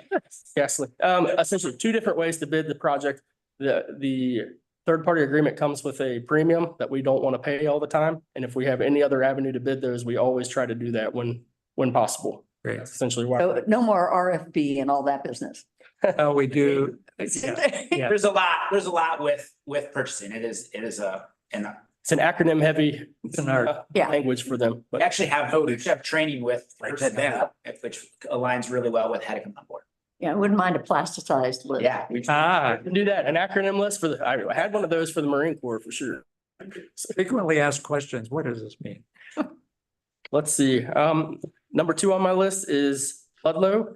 The grand opening is tomorrow, I believe, at 9:30 or 10 o'clock. 10:30. I'll let you talk about that more. The service garage that you all approved last time is moving through the purchasing stuff and should be beginning to be built in the next couple months. The fence, I believe, is almost complete. So those 2 projects were the last big pieces working towards completion of Ludlow. Those are moving along right now. I haven't been down there. Our friend online will be able to report, but it looks beautiful with the fence down. Yeah. People are there, they're enjoying it. It doesn't look totally finished, but it looks really good. The sod is really coming in well and is looking really good. And so everybody's really excited about that. Great. Last time, I believe 2 meetings ago, we took a deep dive kind of into Sinton and how we need to break that down. And you all kind of gave the same kind of input you did with biochar today that we need to be running towards that. We are doing that.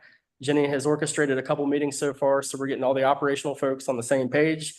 Chris McGee and myself have met with KZF, the designer, 2 different times so far, and try to whittle down the most critical path items so that we can keep them moving even as we're making decisions on our own team. The big items right now are electrical. We got several things that are happening on the site. We have a fueling station, as you all know, that houses, or serves fire and police and all that, trying to keep that open as we're doing this huge project and keeping our operation folks being able to utilize at least the back portion of that lot for material storage even next year while the building may even be shut down. Those are the things we're looking at right now to help inform the designers as they're moving forward. So more meetings to come in the next month with that. We'll keep you updated as those plans come together. Any questions on that one? Cool. Number 4 is a quick one that you all have heard about for a while. Everybody's treehouse in Mount Airy, the repairs and stabilization. We finally got those contracts underway and they're doing the structural analysis right now. As fast as they give us recommendations, we'll move forward with the second phase of that, which is constructing that, trying to get this done before the heavy traffic of the spring season. Yeah. So we're moving as fast as we can with that one. It's moving now, so shouldn't be a whole lot more red tape with that one to go. Washington Park, 3 things happened. The sinkholes are complete. Number 2, the irrigation right now is being installed in the north side that you all approved several months ago. My team is helping just with some as-builting, and we have all the pictures of when it was installed the first time. So we're helping the contractor right now find and repair a lot of that irrigation in the north side. That's going well. Should continue for the next 4 to 6 weeks. Hopefully getting all that buttoned up by the time spring hits in hardcore and FC hits hardcore. So The pavement and life safety improvements for Alita, we're just essentially waiting on a date for them to start. That should be imminent in the next couple of weeks. We're coordinating with 3CDC weekly on those things to make sure their events are not impacted. That's all I have on Washington Park. The Doris Day Dog Park improvements at Mount Airy. Andrew from my team is working hard on a presentation. We have an initial public engagement meeting, I believe, middle of next week. So that's working well. I saw the presentation for the first time yesterday. A lot of cool ideas, a lot of cool things that we may be doing to upgrade that park with the generous gift that we were given. Working towards that as well. This is one that I need input from you all, and first time I've asked you to change something from Jason's plan of work. As we told you in that project list, we thought at the time that McFarland Playground and demoing the Area 3 playground and putting a new one in at McFarland was the highest priority playground we had that we hadn't already addressed. And talking to the West leadership and talking to the folks that receive a lot of our community service requests, we found that Hoffner Park is way worse. It gets a whole lot more CSRs, the community service requests, things that are wrong, people having problems with that. We inspected this, as you see. They have a couple pictures up right now showing it's poor state of all of the surfacing there. And the problem really is the play mantis that you see with the slides. Several of the connection points of the slide to the platforms and several of the platforms themselves are starting to degrade to the point where if a little kid puts their foot through one of those, they don't pull it back out without a whole lot of problems. If you look in the bottom right corner of that picture right there, you're seeing a seam, the weld that's completely going away. That metal is not that thick. It's 20 plus years old. And we know now that that one is becoming the biggest safety concern for us. So all I'm doing in this update is asking you all for permission to put Hoffner Park ahead of that McFarland work, assuming that we only have the money to do one of those in the next year. That's your call. Okay, this doesn't necessarily require a vote, just no vote. What's the work is the kind of broad. Kind of work. You know, if we were diverting from one neighborhood to another, which we are here, but it's not, we're giving a lot of focus to Mount Airy as well. So that's a great point, Commissioner. The other thing we looked at in this was there are several other playgrounds in close proximity to Mount Airy, and this serves this community almost uniquely. So that also impacted our decision to higher prioritize that. As you know, we're going through a whole system with the Trust for Public Land, helping to evaluate these and prioritize these things. So we're learning as we go with that process as well. These are some of the things we're trying to change as we go. Which one should we do first? Perfect. And to be clear, the McFarland Playground project isn't going away. Not at all. Yeah. We're gonna prioritize this one and That's great. Focus for this. we hope to be doing something like a playground a year once we start to get the railroad money in. That's something we want to continue to keep the gas. Not more, for sure. Absolutely. Smales River's Edge, I updated this one only because we received some really cool concepts. We've been working, as you know, Jason, myself, Rocky, Jenny, quite often, every other week, pretty much going through some of these high level things as they target for their tentatively selected plan, or TSP, next summer.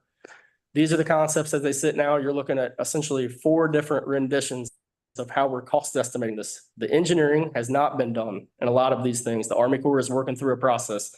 That's essentially how they do it, to figure out, can we afford it at the same time that we're doing those engineering evaluation and scrutiny. But you'll see there are just a couple of different concepts that are in Yeah. your packet. You can see how all of them are, that would be like a serpentine wall finish. Yeah. And then the next one would be kind of like a wall with like more of a level surface. So we're kind of considering everything. I think we all like that first one, which is a little bit, so that's more of a natural one. And then this is the one that has a little bit more of the Is that plantings. the first one? Yes, this is the first one, Okay. which is kind of what we all kind of in concept thought will be, but the Army Corps process, we look at all the different options. And the only question I had, I mean, these look great. I mean, this is exciting. To the extreme west side, you know, some wrap around and some don't. So why is it acceptable to only go halfway like on the one before that? So like number 1, were you there? Yeah. Does it stop at? It So stops. it depends on how the ADA path goes, right? And we'll dig into this a lot more, but on this one, there is that kind of like half loop, and then you go down and back on a nice wide path that would get you down almost to the river, the literal river's edge. Yeah, no, I'm talking And about. then if you go to the next one, But to the very No, wait, left corner. See, at the bottom though, what that has is the entry point for the ADA path is on the west. So if you go back one, the entry point for the ADA path is on the east, and you start from that kind of upper right area and you go down and back. My question, Yeah. my question though, is the enforcement of the bank. We don't need to enforce the rest of that to the west? That stops being ours, and or I see what you're saying. It's all Yeah. right into the concrete. Oh, okay, Yeah, gotcha, there's already, it would just be kind of like big riprap. gotcha. Yeah, I see what you're saying. Commissioner, you're seeing the difference in grade right now. They're focusing in on that section. And they're tying back in and triangulating back into the hill, but not giving a whole lot of consideration to ADA, unlike Jason said. In every one of these concepts, at least they're showing you where you would enter on. Well, I think we're at the very beginning on this. Yes, but they're it's not exciting. showing how they're doing the wall. Is that the blocks? Remember we talked about? Those will be some different options. So Yes. this is the one that's mostly the combined piece. And so there will be, if you guys would bear with me. What this says is concrete seat wall. So that would be the blocks. This would be a river walk. This also would be a concrete seat wall right there, which would be either concrete or kind of blocks. And then down here, you get some concrete as well. So there will be multiple I got you. methods of shoring it up. Huh. Great. And just Look at- for process, how will at some point, do we have to agree on? Absolutely, yes. Okay, but this is great that we're this far along. I mean, it's exciting. Yeah. Yeah, it's all heading towards a final decision next summer. Taking 10 years. And those two riprap ends that you see in that picture, those very well could be those granite blocks that you saw on the initial charrette. That's exactly what they're showing, the combination of using all those techniques at once. It's exciting to see graphics. Yep. So we're still working towards that every couple of weeks with them. Lots of pointed questions every time. We're working through money and things like that, obviously. So we'll keep you all updated, but we wanted to show you at least some progress that the Army Corps has put together as they start doing all of their surveys. In fact, Well, you've gotten their attention. Yep. Yay. sure, the geotechnical engineering Great. is on site right now, and they'll be actually boring next week to ensure that the rest of these places that we need foundations are already in. So they're starting all their studies right now towards feasibility of these ideas. Great. The last one I want to mention is Laboida Woods. I believe I talked to you, maybe I didn't even tell you guys about this last month. It may have not even happened yet. So I think it was the 26th or 27th, we got a call. Andy responded to 2 leaks at Laboida Woods. One was on the front side, which he fixed already. And the secondary leaks are under those solar panels that you see in the picture Kate and Kelly have up right now. All of the boots where those connect to the roof itself are at the end of their useful life. They're 22 plus years old. That caulking is cracking, and all of those are now spots where water can, those boots that you see, those kind of under there, those are all cracking, getting to the point where essentially that system is at the end of its useful life. We know from every other solar panel that we've taken off of buildings lately that those are 20 years old already. They're half as efficient new as the ones that they put out now. And after 20 years, they're less than efficient whatsoever. So with all the other projects we've been doing, we've been contemplating putting those types of solar equipment back on the roof. In this situation, it may not make sense with the proximity of the trees. So we may recommend to take those out and not put them back. We're still evaluating whether we want to put an EPDM roof on this. Essentially that helps us a lot because that thicker roof, what is on the building that you're sitting in, is a lot better with trees around it. The leaves themselves don't damage that roof as much as they do shingles. So we're weighing the cost between 30,000 and 75,000 between a 25,000 year roof and a 50,000 or a 50-year life roof is essentially what we're doing right now. How useful were the solar panels on that? I do not know, Mrs. Castellini. I don't even know that they monitor or meter this site anymore at the moment. So I will find that out for you. How much electricity is produced? I don't think it's significant enough for us to go through the additional expense of pulling them on and putting it back on. That's exactly where we are. What I actually learned about the Reading Road facility is that when we took those off, because we sold it, we were able to reuse some of them as replacements for solar panels we have around, but because of the age of them, we even had a company come out and look at them and they're like, they're really not worth transporting and reinstalling. So, but again, I think that one of the things that we'll be digging into moving forward, you know, obviously biochar is thing one for tapping into these IRA tax credits, but it's possible that we could be, especially once we start to talk about an influx of dollars to the railroad, is looking at other energy efficiency investments throughout the system. And with the match of Recovery Act tax credits and savings by not having to pay electric bills, where is that delta? And we'll be looking at that in the coming months. Great. Great. Commissioners, I believe that is all I had for you this month. Do you have any questions for me on any projects? Thank you very much. I like when we talk about this. I mean, I like the approach, I always want to think about if it was your own house, you'd be there fixing those leaks on the roof. So I appreciate your focus on that. Absolutely. Thank you, commissioners. We have, I have one question. oh, sure. Oh, sorry. Burnett Woods, what was brought up about that, the steps and not having it So, handicap so accessible? the What's being the done? nature center, the nature center there, is just a 2-story nature center without an elevator. And so, Yeah.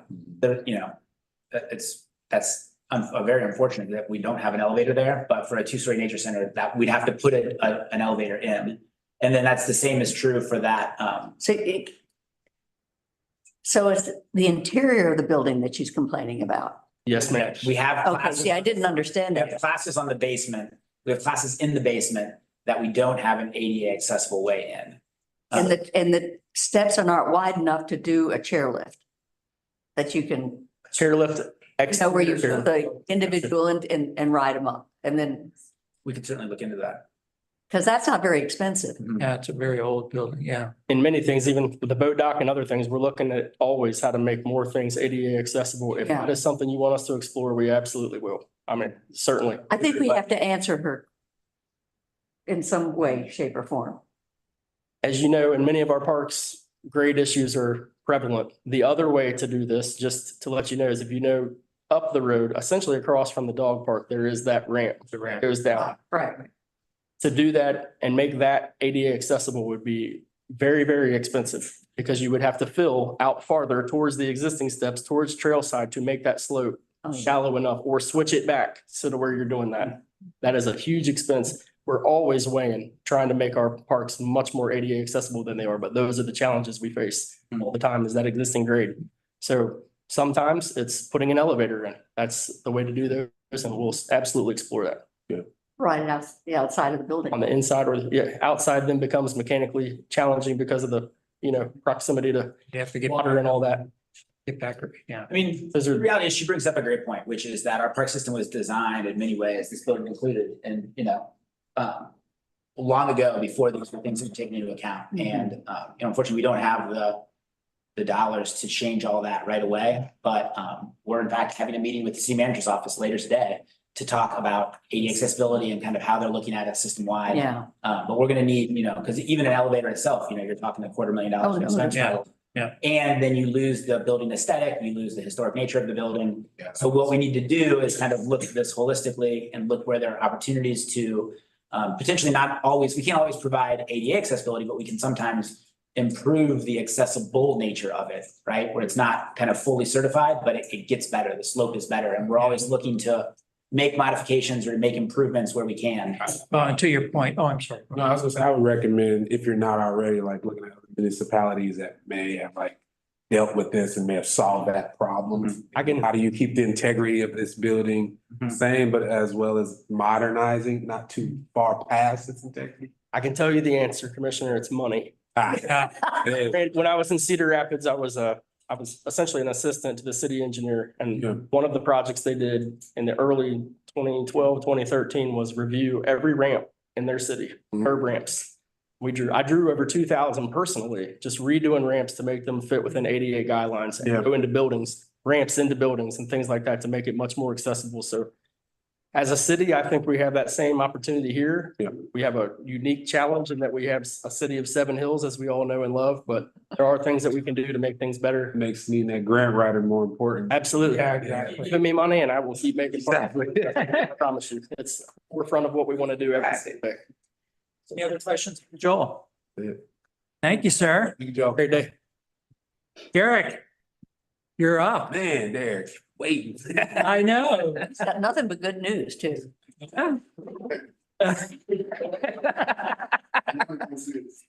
Good morning. All right, I'll keep it quick. General update, we have about 227 parks employees. That's 152 full-time, 75 part-time. Again, he's already provided the update on HEDA. our CFO that'll be here. I'm super excited. She seems very sharp And a good cook. and a good. She's kind of has some chocolate chip cookies. I'm super excited about the grant writer that's finally coming. We are finishing up interviews, and hopefully by the time we meet again, we either have an accepted offer. Super. And the planning and design, we're finishing up interviews, and we have an offer that is in the works for that office manager. So that she'll be able to help him with his special projects and, kind of taking off some of that workload, the administrative. We have a floors examination that's scheduled on the 20th. We have a number of parks employees who will be taking the exam, so hopefully we'll get some internal promotion opportunities out of that. Very excited. We've been able to move kind of quickly with that position. So you got the computer systems analyst, which we had an offer out, it was rejected. We'll potentially repost now this week and probably keep it open for another couple of weeks. And I've worked with the CEB team to hopefully get that added to their iHeartRadio campaign to hopefully get additional applications.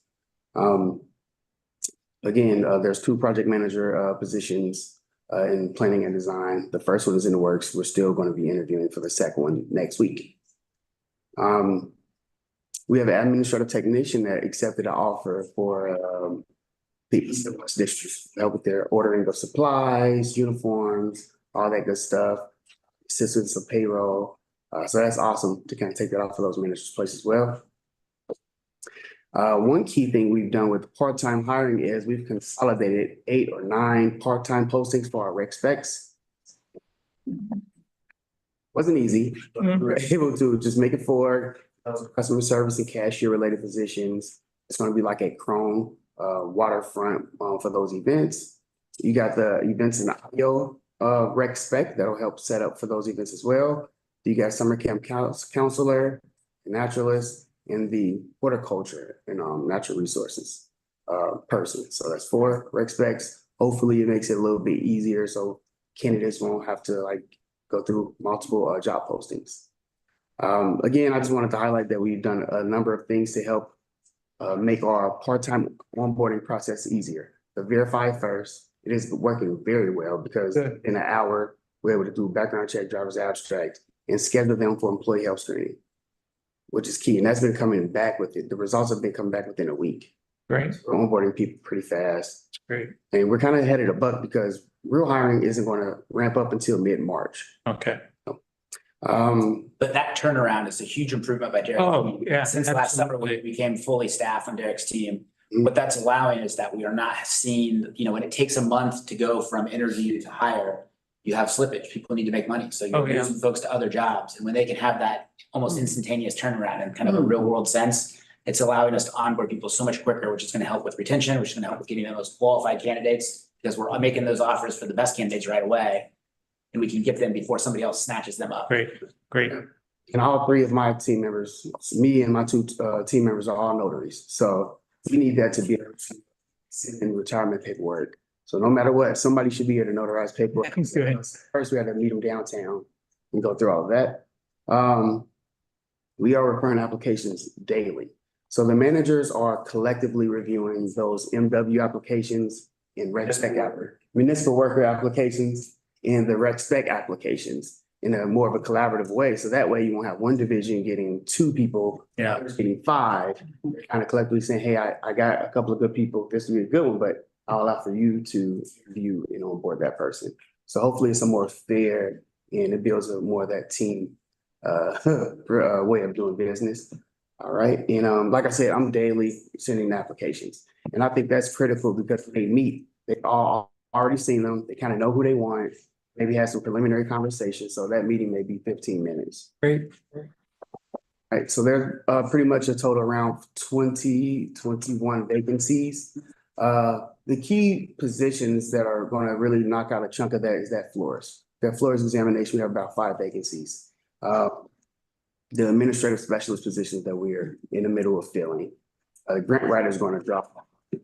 The tree maintenance crew leader and tree worker positions are a little bit on hold because of that arborist series we're trying to push through. Yeah.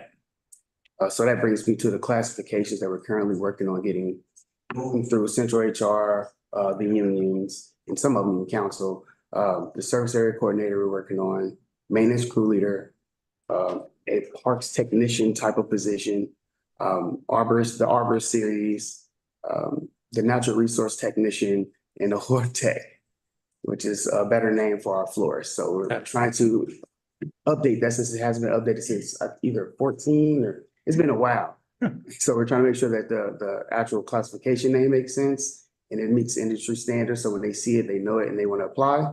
And also it just has accurate information in the body of the job description. Super. Improvements all around. Great.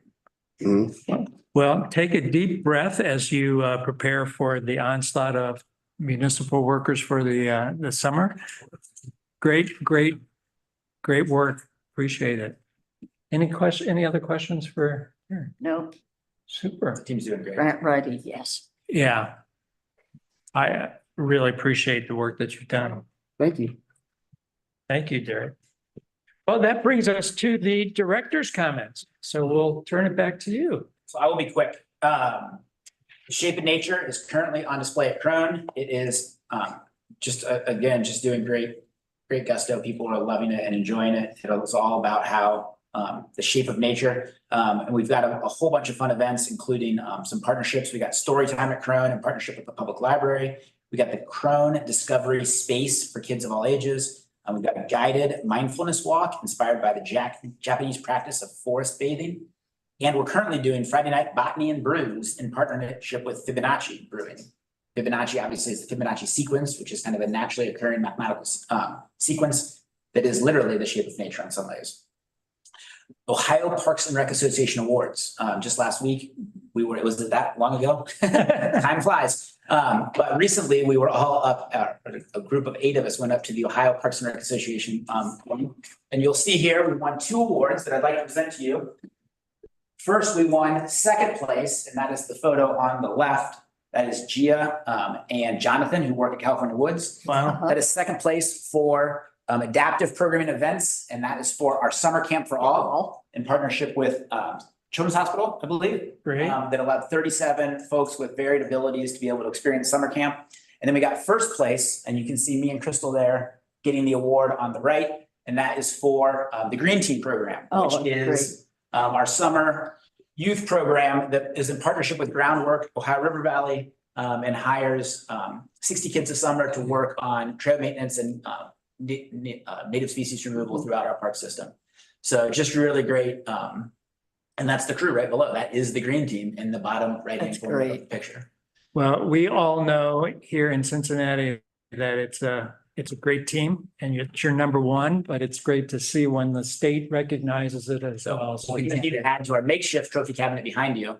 But then we're talking about building a trophy cabinet. Now we've got this nice displayer out there for pamphlets. Pamphlets are so 1990s, right? Yeah. We're gonna maybe replace that with a QR code to our social media and a trophy cabinet out there. Check out Perfect. IKEA. Yeah. This guy IKEA. Explore Nature summer camps. Signups for summer camps start Saturday, February 24th. And we've got a lot of fun ones. Mission to Mars, Paleo Camp, Dungeons and Dragons, Nature, Wizards, and more. So just another great from 3.5 up to 15. Our summer camp program is fantastic. We're doing the ribbon cutting at our Division of Natural Resources headquarters tomorrow at 10:30. I hope to see you all there. We're going to be joined by the Vice Mayor of Cincinnati to officially cut the ribbon. And that's just a great facility. Everybody seems to be really excited about it. And it just looks gorgeous inside. Tomorrow, or this Saturday, Underground Railroad Ravine to Freedom Hikes. This is in the Laredo Woods, which we just talked about. Yeah. I got to do kind of a sample of this last year. It's a really neat hike. You learn a lot about how the Laredo Woods Ravine was just off of, not to spoil the story, but it's just off of Hamilton Avenue there. Right. And that was a major avenue of the Underground Railroad. That is at 10:30 in the morning and 3:30 in the afternoon. So I plan to be, if my wife will let me, I plan to take my dog out and do one of those this weekend. Doris Day Dog Park engagement, as Joel mentioned, February 21st at 6:30. We're going to be doing a feedback session. I believe, Rocky, that's online, correct? It was requested to be online. We thought, we were like, oh, we'll do it in person, but it was requested to be online for more folks to be able to attend, no matter their work schedule. The North Side Green Space annual meeting and lecture is March 5th from 7 to 9. They're a great partner for Buttercup Valley, Parkerwood, Badgley Run, and a lot of other spots. And then lastly, an annual tradition that everybody loves is Waffles in the Woods, Yeah. in California Woods on March 9th from 9 to noon. So that's another great project that's coming up. And with that. Perfect. So you missed it, but we thanked you for the number one for your green team. Yeah. Absolutely. With that, any other comments? Phyllis, since you're away, I'm going to ask any input or any questions or comments for you? Just wanted to point out that one of the, we have the skating rink with Morgan Rigaud, and one of her skating partners was featured in the halftime show for the Super Bowl. Oh, And so really? Yeah. pretty That's great. exciting to that program has produced a halftime star. It was neat to see that, and it sort of reinforced the popularity of roller skating. I didn't realize that one of those skaters there at halftime was from Yeah. Cincinnati, but that's great. I saw some stories about it, so got some Right, good press on it. part of Morgan's program, so Yeah, Perfect. great. that's Thank very you. exciting. Anything, any other comments, questions? Well, great. I should simply note, Mr. President, that our next board meeting will be on the third Thursday in March. I believe that is March 18th. 21st. 21st. Thank you. At my son's birthday. Most importantly, I would note that it is at 1 p.m. in the afternoon in order to accommodate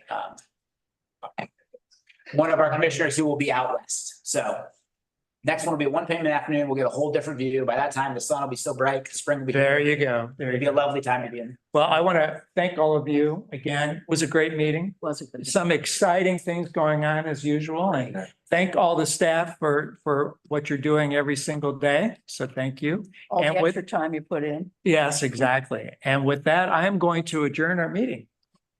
See you all next month.